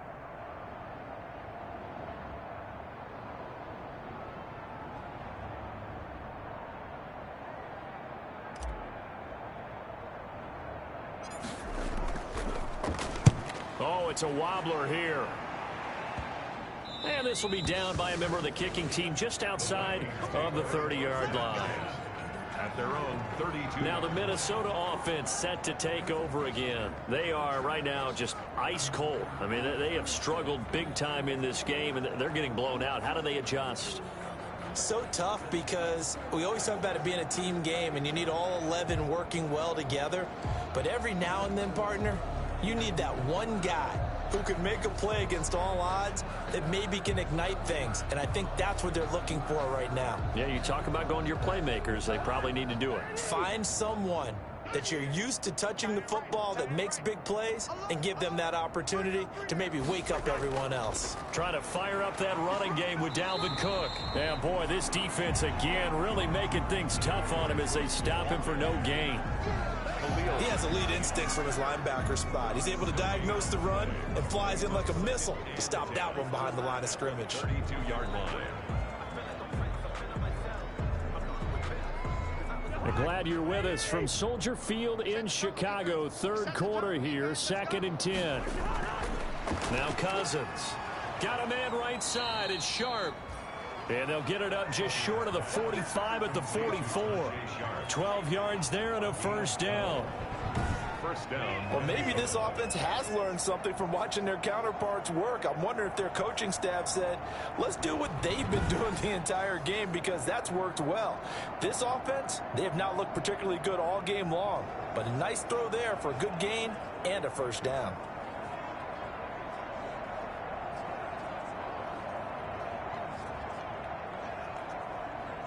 Under a minute to go in this 3rd quarter as they come up 1st and 10. Working out of the gun, Cousins. And the pressure too much that time as Cousins goes down. Khalil Mack, it's his 20th sack of the season as he continues what could be a record-setting campaign. And no matter what the situation, the O-line just hates that because they feel like they didn't protect little brother back there, right? Man, that's just so difficult for them because just think about every single play. When you decide to throw the football, you're dealing with some of the best athletes on the planet. You talk about guys, if they weren't playing football, they'd be starring in the NBA at power forward. It's a really difficult task.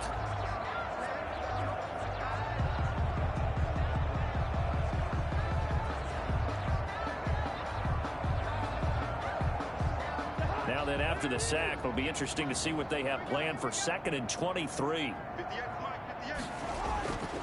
From the gun, here's Cousins. And he's going to go down again. Khalil Mack in there for the sack, and that is now 21 for him on the year. Wow, what a season.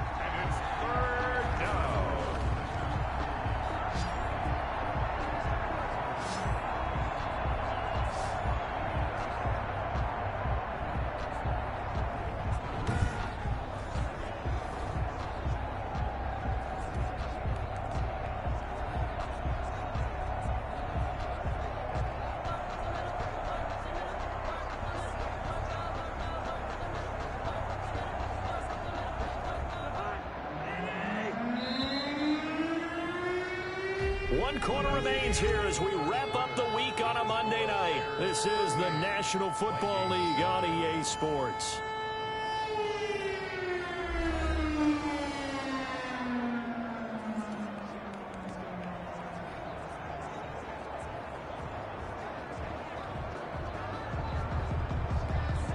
Need something from deep in the bag of tricks here after 1st and 2nd down. Went backwards. It's 3rd and very long.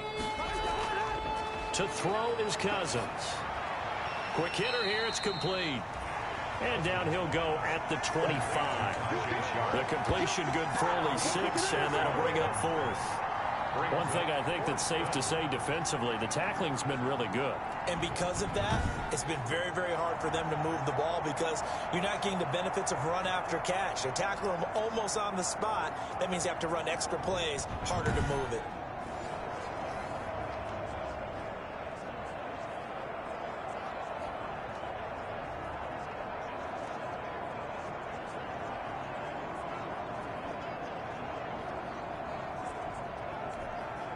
And they're indeed going to go for it here on 4th down. So trailing here in the last quarter. Let's see how this plays out. Desperation time. Cousins on 4th down. And this is going to be incomplete. The Vikings unable to convert here on 4th. And the Bears are going to get the football back, and they're going to get it in great field position. That's another mistake there on the drop pass on 4th, and we've seen him do things like this all game. It's not hard to figure out why they're down by that deficit. They haven't made plays that are going to keep them in the game or win the game all game long. That's another example right there. It all boils down at the end of it to execution. Either you make the play or you don't. On 1st down, Montgomery. And they've got it inside the 10 at the 8. Now they'll have it 1st and goal following that gain of 17. Charles, you said earlier this defense is probably going to need to hold these guys right around 20 or under that if they were going to have a chance. It was evident pretty early on that wasn't going to happen. Yeah, they left 20 behind a long time ago in this game, didn't they? It looks like they're headed towards a big, big number. But 20 was the threshold because that kept them in the ball game and kept the pressure off of their own offense.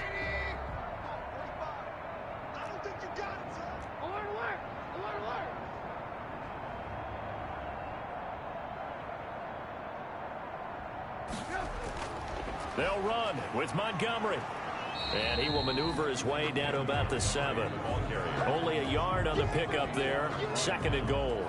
Defensively, pretty good start there with their backs against the wall. That's a win for the stop troops right there. And if I'm them, I get a little bolder now. They won the first battle. Keep coming after them. Put the pressure on them.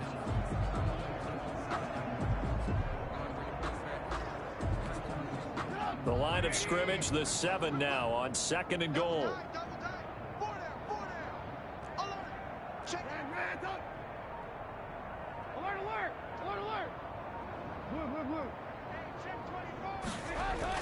Now Trubisky going to give this to Montgomery. And a little bit of space there. Takes it inside the 5 to the 3. Give him right around 4 on the carry. We'll see if they want to keep pounding here on 3rd and goal. 2 straight shots on the ground. Now on 3rd, do you go to the air? I think the possibility exists, and if you're doing it, you're probably going play action since you ran it twice. But I often think that 2nd down is a time you go play action and throw the ball.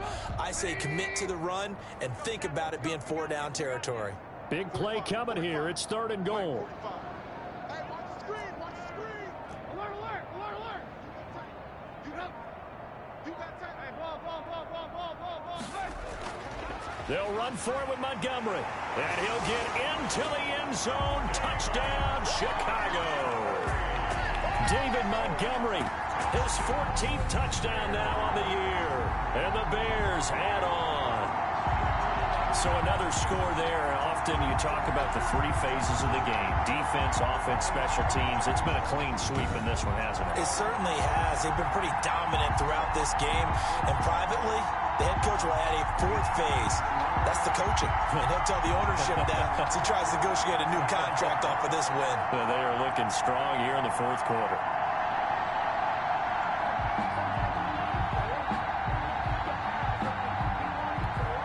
Pinheiro now to add the extra point.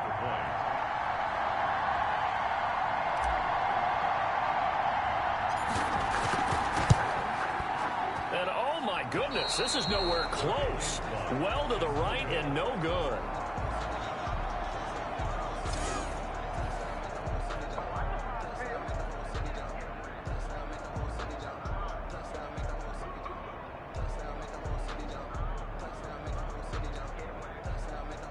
Pinheiro to kick off for Chicago.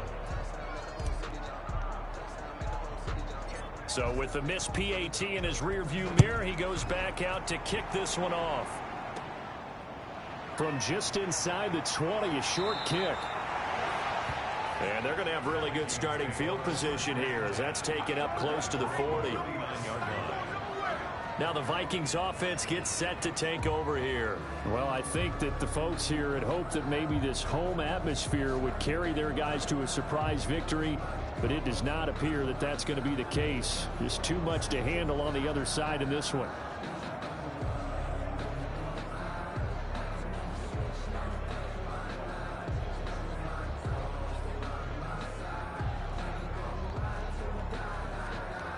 Cousins and the Vikings with a 1st and 10 at the 39-yard line. And from the shotgun, he'll throw. Looking middle, and it's incomplete. He was looking for his tight end there, Kyle Rudolph, and that'll bring up 2nd down. That incompletion is not a surprise with the way that this one has gone, and the frustration, the body language is evident everywhere. This team, they've really been put through the ringer in this one. So line of scrimmage still the 39 on 2nd and 10. Throwing, Cousins. And he's got his favorite target yet again. It's complete. And this play will be blown up. He'll lose yardage back at the 38. 2 yards the loss, and now 3rd and 12. Boy, how good has this defense been seemingly all game long? I really think right from the first snap, I think you're really onto something there. In this passing game, it just can't get off the ground. And that play, it wound up losing yardage.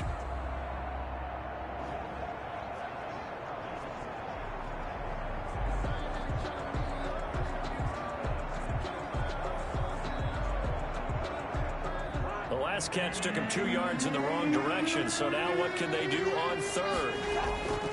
To throw, Cousins. Open man is Thielen. It's complete.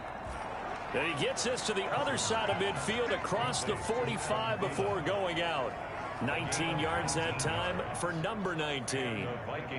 Well, this game was decided a while ago, and that completion there is going to artificially inflate his passing numbers. So right now, the only one really applauding probably his agent as he thinks about angling for a new contract.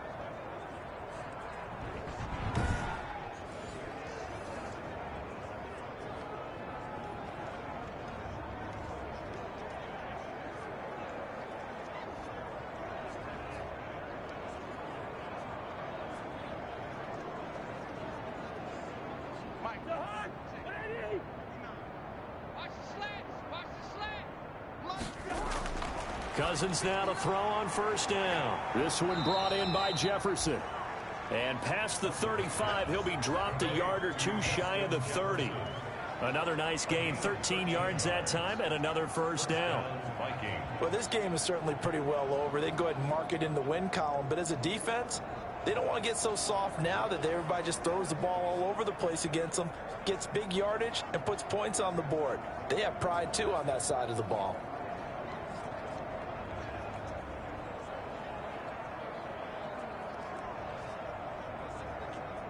Line of scrimmage, the 31 now on 1st and 10. They'll throw again. Cousins. That one into the hands of Thielen, complete. And they'll work it inside the 15-yard line before it's all said and done. Another nice gain. That's now 30 yards between those last two plays. Well, that certainly has to feel good. And it's not all the time that the play caller should get all the credit. Sometimes I think in the huddle, the quarterback just says, hey, who's going to make a play for me? I just need something right here. And the end result there, nice first down. Drive keeps moving.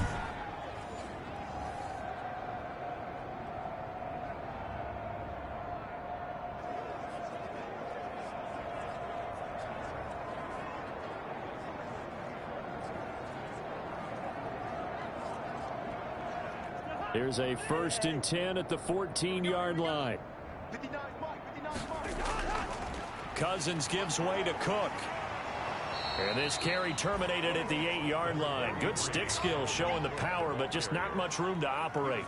It's a 6-yard pickup, and it gets him to 2nd and 4. Offensive linemen love creating space for their guys carrying the ball. But when that guy also breaks tackles and creates extra yardage, they almost feel like he's one of them, and they really embrace him. Ball on the 8. It's 2nd and 4. Cousins to throw it. And it's caught. And he'll get into the end zone. Touchdown, Minnesota. Justin Jefferson. His 4th touchdown on the year. And the Vikings are able to strike for 6. And that touchdown ends a streak, for lack of a better word, of 3 field goals that they put on the board previously. They finally cracked the code. Yeah, they've been down there. They've been in enemy territory, as you said. They just hadn't been able to punch it in until that point.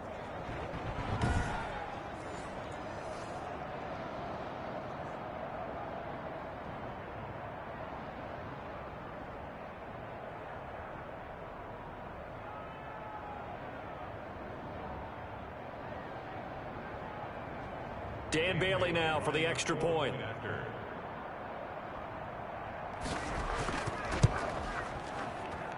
And that'll cut the lead down to 28. So that winds up a 7-play drive all told. And it all culminates in a touchdown for Minnesota.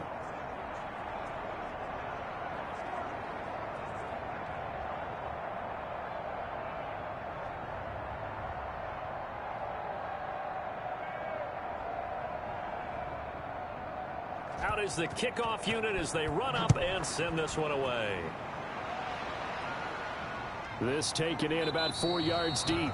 And he'll just sit on this one as their drive will start at the 25. And now Chicago getting ready to go as they take the field. And right about now, heck, they might be wishing they did not have a bye week coming up next week. It appears they're going to go into that week off in high spirits as they've got this one well in hand. Coming out with a jumbo package to start the drive.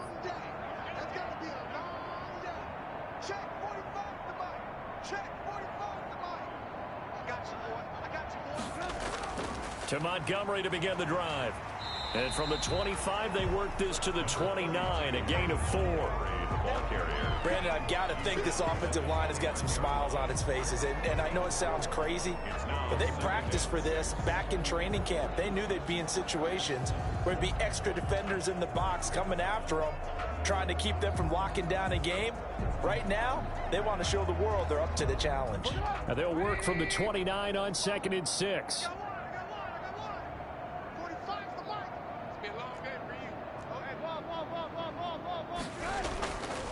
They'll keep pounding here with Montgomery. And he'll do a nice job here just to fight his way back to the line of scrimmage. No gain on the play there, so they're left with a 3rd down and 6. Run blitz there defensively, something we might see more of here in the 4th quarter. I think we'll see a lot of it, and the difference between that and a pass blitz, you're trying to get to the quarterback. You're trying to scheme someone open who will get to the QB and make sure he gets on the ground. In a run blitz, you're actually trying to cover up gaps, trying to cover up holes so they can't run the football.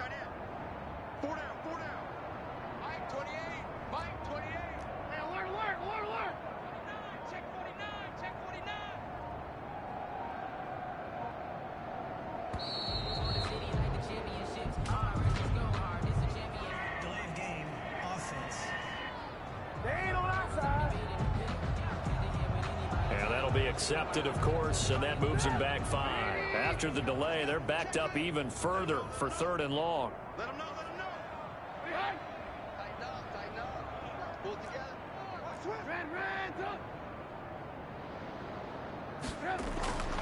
From the shotgun is Trubisky. And this will be caught by Mooney. And nothing but green grass here, middle of the field. Touchdown, Chicago. Darnell Mooney, 76 yards. And the Bears continue to pour it on. And sometimes those slants, they can be so tough to defend after the catch. It just happens so quickly. And really, what gets set up there is how quickly everything happens. Ball's out of the hands of the passer in a hurry, and he just takes it and goes. And he went all the way into the end zone. Pinheiro now to add the extra point.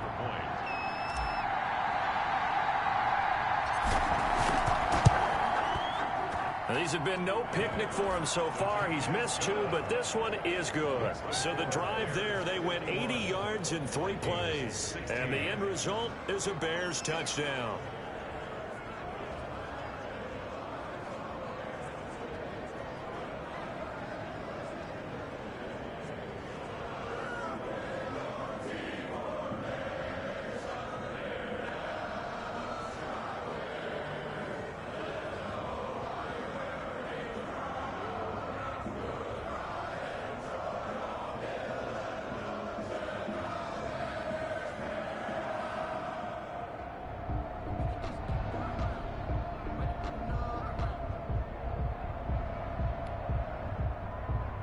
Pinheiro to kick off for Chicago.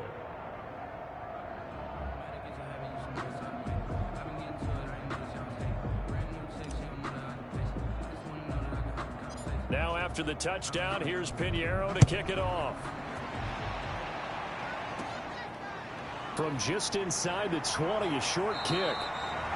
And they've got it up past the 35, so pretty good starting field position. Their own 36-yard line.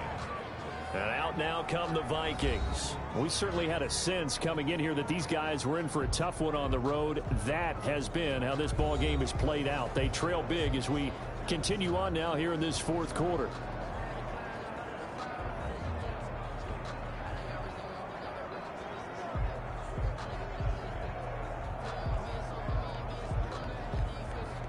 Cousins and the Vikings with a 1st and 10 at their 36-yard line.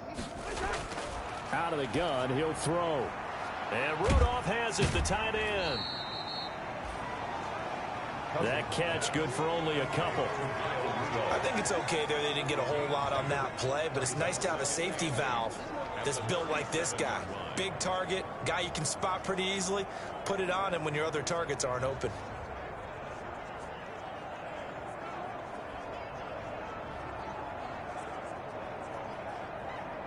So 2nd and 8 here after the pass play for 2 yards on 1st down. Cousins setting up the screen for Cook. And able to get this one across the 45 before he's brought down. It's a 1st down on a gain of 10.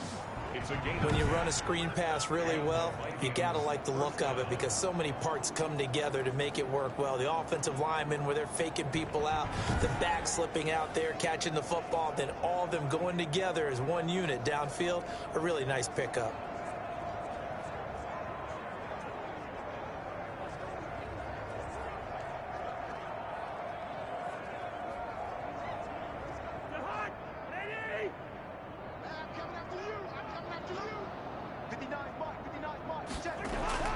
First down, here's Cousins. Little pitch and catch here to Rudolph.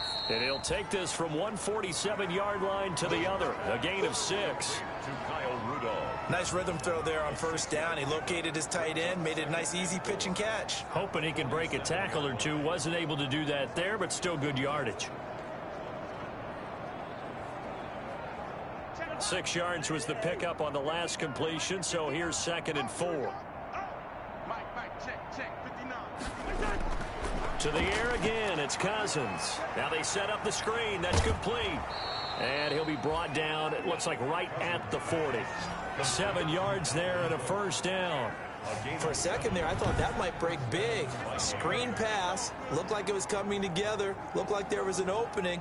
Still, ended up with a solid game.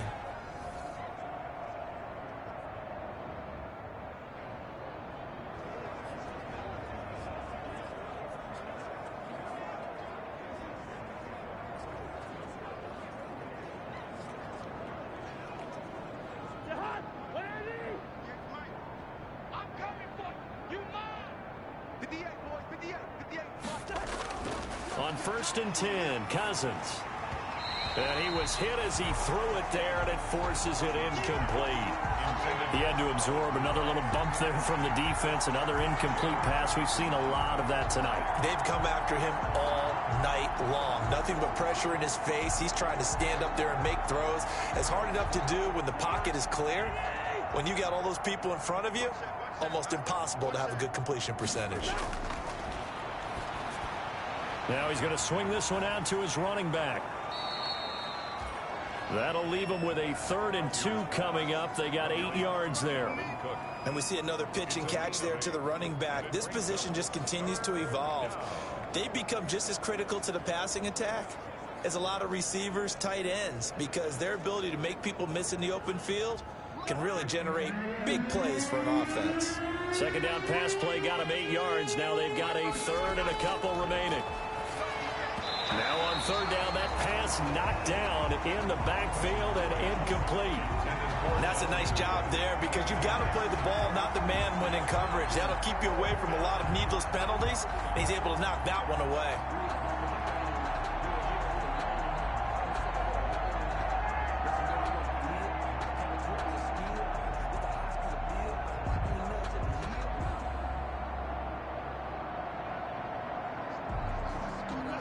They're going to try and keep hope alive here on 4th down. They're going for it.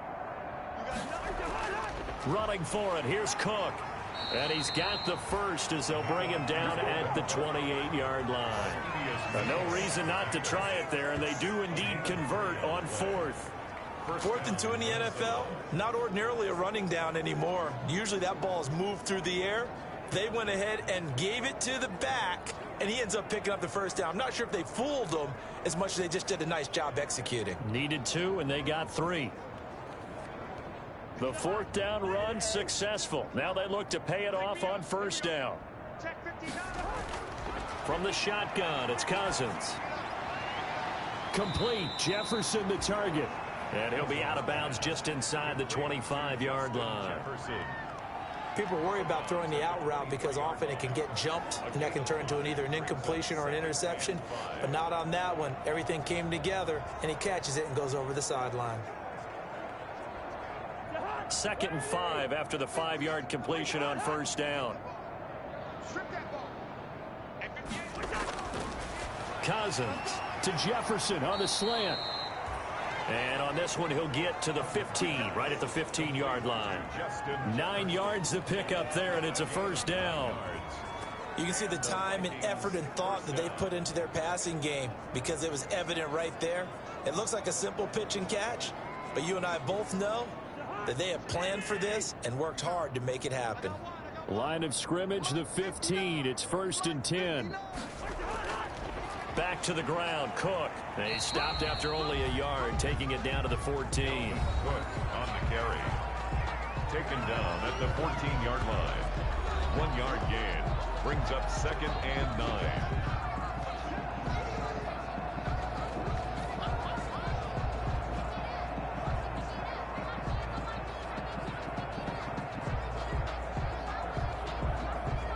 9. Here's 2nd and 9, just a yard on that last run. I'm going back to you. 59 Mike, check. They run it again with Cook. And this play goes nowhere. Losing yardage back to the 15. It's a loss of a yard, so it's back to 3rd and 10. That was well played there defensively. 2 tight ends in the formation, which essentially gave them 7 blockers up front. Hard to imagine with all that size and beef that they could let a tackler through. But that's exactly what happened. A loss resulted.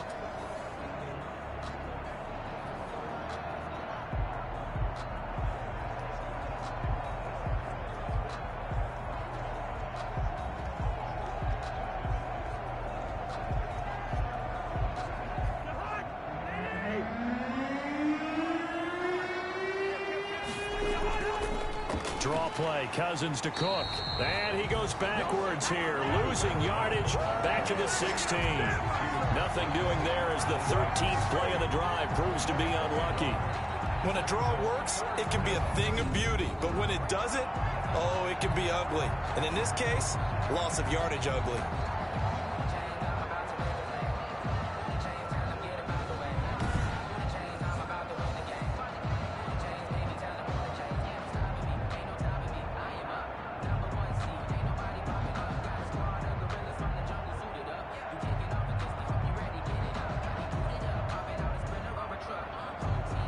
So they'll turn to the kicker again. He's been a busy man thus far. This a 33-yard attempt. And Bailey able to knock it through. And they'll get back 3, but this remains a large deficit. Vikings 19. Well, in the grand scheme of things, those 3 points likely not going to matter much, but I guess they get a little closer, a little more respectability. Yeah, you're exactly right. They've been outplayed all game long, but like my mom used to tell me all the time before I went out, dress up a little bit, son. Make yourself respectable. And that's what they're doing here. They're just dressing up the final score. Taken about 7 yards deep. And this will not be brought out. It's a touchback. At their own 25-yard line. The Chicago offense set to get started. And this crowd has certainly liked what they've seen. Their guys fully expected to win this one coming in, and they have not disappointed as they've got the big lead here in the fourth. Trubisky brings the Bears up 1st and 10 at their own 25-yard line.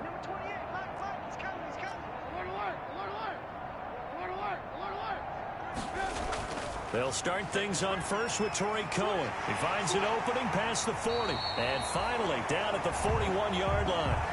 16 yards right off the bat and a first down. Well, that's a carry they have to be satisfied with. And throughout this game, they've been satisfied with what he's given them. Whenever they've needed a big run, a first down, he's the guy they've turned to. And it doesn't matter what the defense thinks. They feel like they've got the confidence to keep handing it to him and keep picking up good yardage.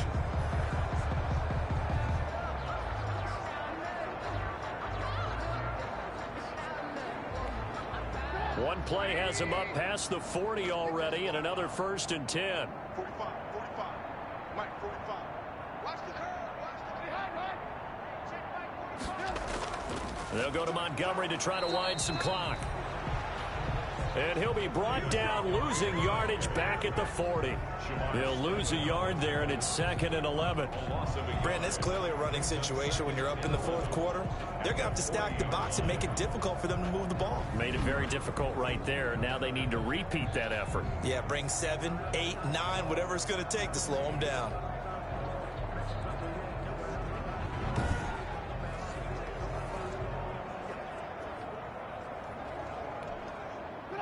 Second and 11 now.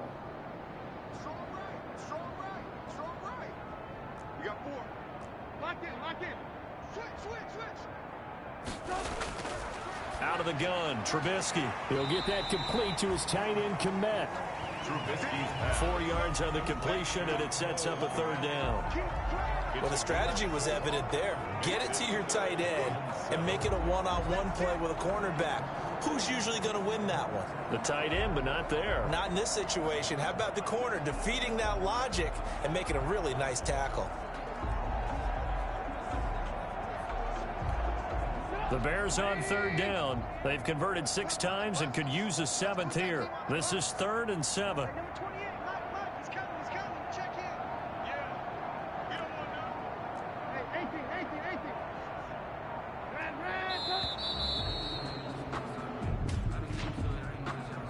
Delayed game, offense. Hey, y'all, what's up? So that'll back them up 5. After the delay, they're backed up even further for 3rd and long. Everyone go. 18. Alert. the gun, it's Trubisky. And some room to maneuver. And he will not get all the way home, but he will take this back down to about the 2-yard line. He had his eyes on the end zone. He got close. At least he set the offense up nicely, but he's probably mad he didn't take that one to pay dirt. I agree with you, and you know he's going to get teased because he didn't get it all the way into the end zone. But if they don't score now, if they don't get a touchdown, he won't just get teased. They'll be glaring at him. How'd you not score?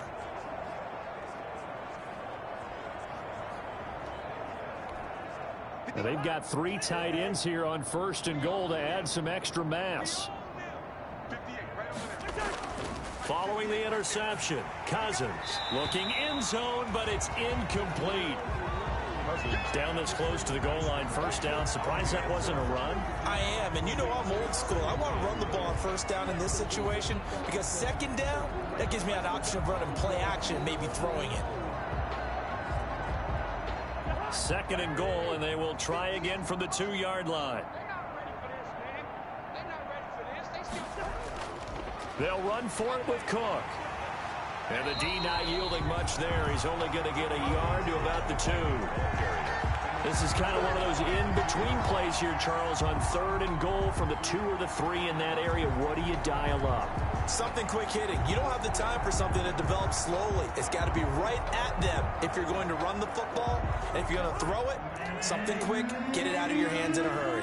Now, they'd really like to make the short field pay off. We'll see if they can, but this is 3rd and goal. And he'll be hit as he releases it, but that'll fall incomplete. This has been a rough one, to put it mildly, for him. And after this one's done, you just feel like at the post-game press conference, this team's going to have a lot of questions and definitely not a lot of answers.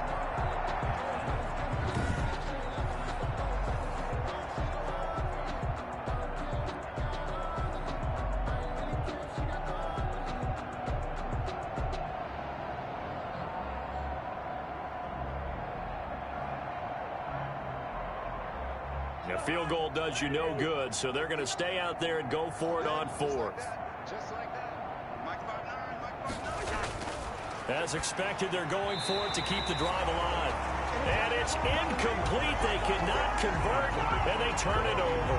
They're turned away on 4th and goal. And the Chicago defense able to come up with a goal line stand. Here's the Chicago offense coming back out onto the field. Now, this game is all but over after that last 4th down stop. The only question left, will they play conservative and run the clock or try to pour some salt in the wound? They'll start on the ground with Montgomery. And he's able to get him a small cushion before being taken down at the 5, a gain of 3. Just 2 minutes remaining here in the 4th quarter of what has been a one-sided affair. Brings up 2nd and 7.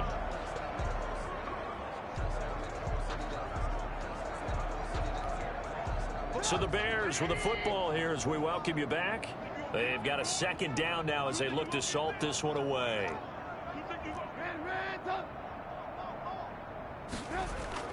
Again, they'll go ground with Montgomery. And he'll find a little space. He gets this up near the 10. Give him 4 on the carry, and it'll make this a 3rd and about 2. On any running play that's called, they're always hoping that it's going to break big and go the distance. But when you get a nice gain like that, you're able to do so many things anyway. You can come back and run essentially the same play again, continue to move the ball on the ground, or you can decide to throw the ball now because usually you have the defense back on its heels.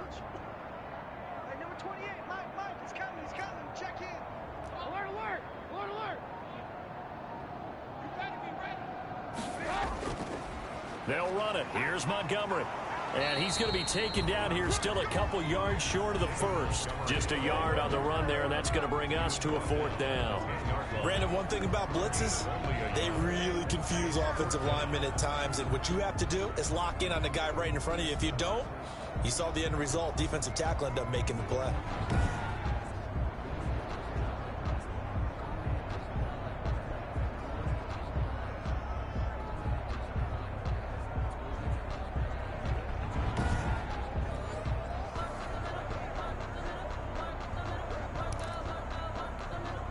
And no move to get the offense off the field. They'll stay put on 4th and 1. Mike 55, Mike 55. Montgomery. And he is going to get the first down, it looks like, as he's up to the 12. They only got a couple, but a couple's all that they needed as they convert on. He's been tough for this defense to handle, over 100 yards. You kind of knew that they were going to him on that play, didn't you? They certainly did. That's one of those situations where you simply say, my best runner over my best blockers, let's go ahead and pick it up. And I don't care if they know it on the other side. Here we come, and they got it done. From down at the 12, it's 1st and 10. 65. 45 to Mike. 45 to Mike. Let's go. Let's get this ball back for the offense. Let's go.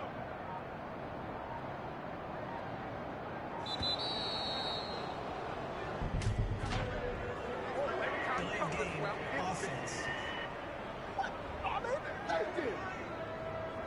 That's going to set him back 5 yards. The delay of game backs him up 5, 1st and 15. Let's get that ball. Let's get that ball right here. Following the penalty, Montgomery. That's a gain of 11. Would have been a first down if not for that penalty moments ago. That was huge after being behind the chains on first down to make this second very manageable. Yeah, how much pride do you have in an offense on first down to get that kind of yardage? Because it actually opens up your playbook on second down. You can run it, you can throw it, you keep a defense off balance. I like that phrase, stand ahead of the chains, and they're doing exactly that. So that'll do it for us. For Charles Davis and all our crew, I'm Brandon Gaudin. You've been watching the NFL on EA Sports. The Bears get the win at home as we say so long from Soldier Field.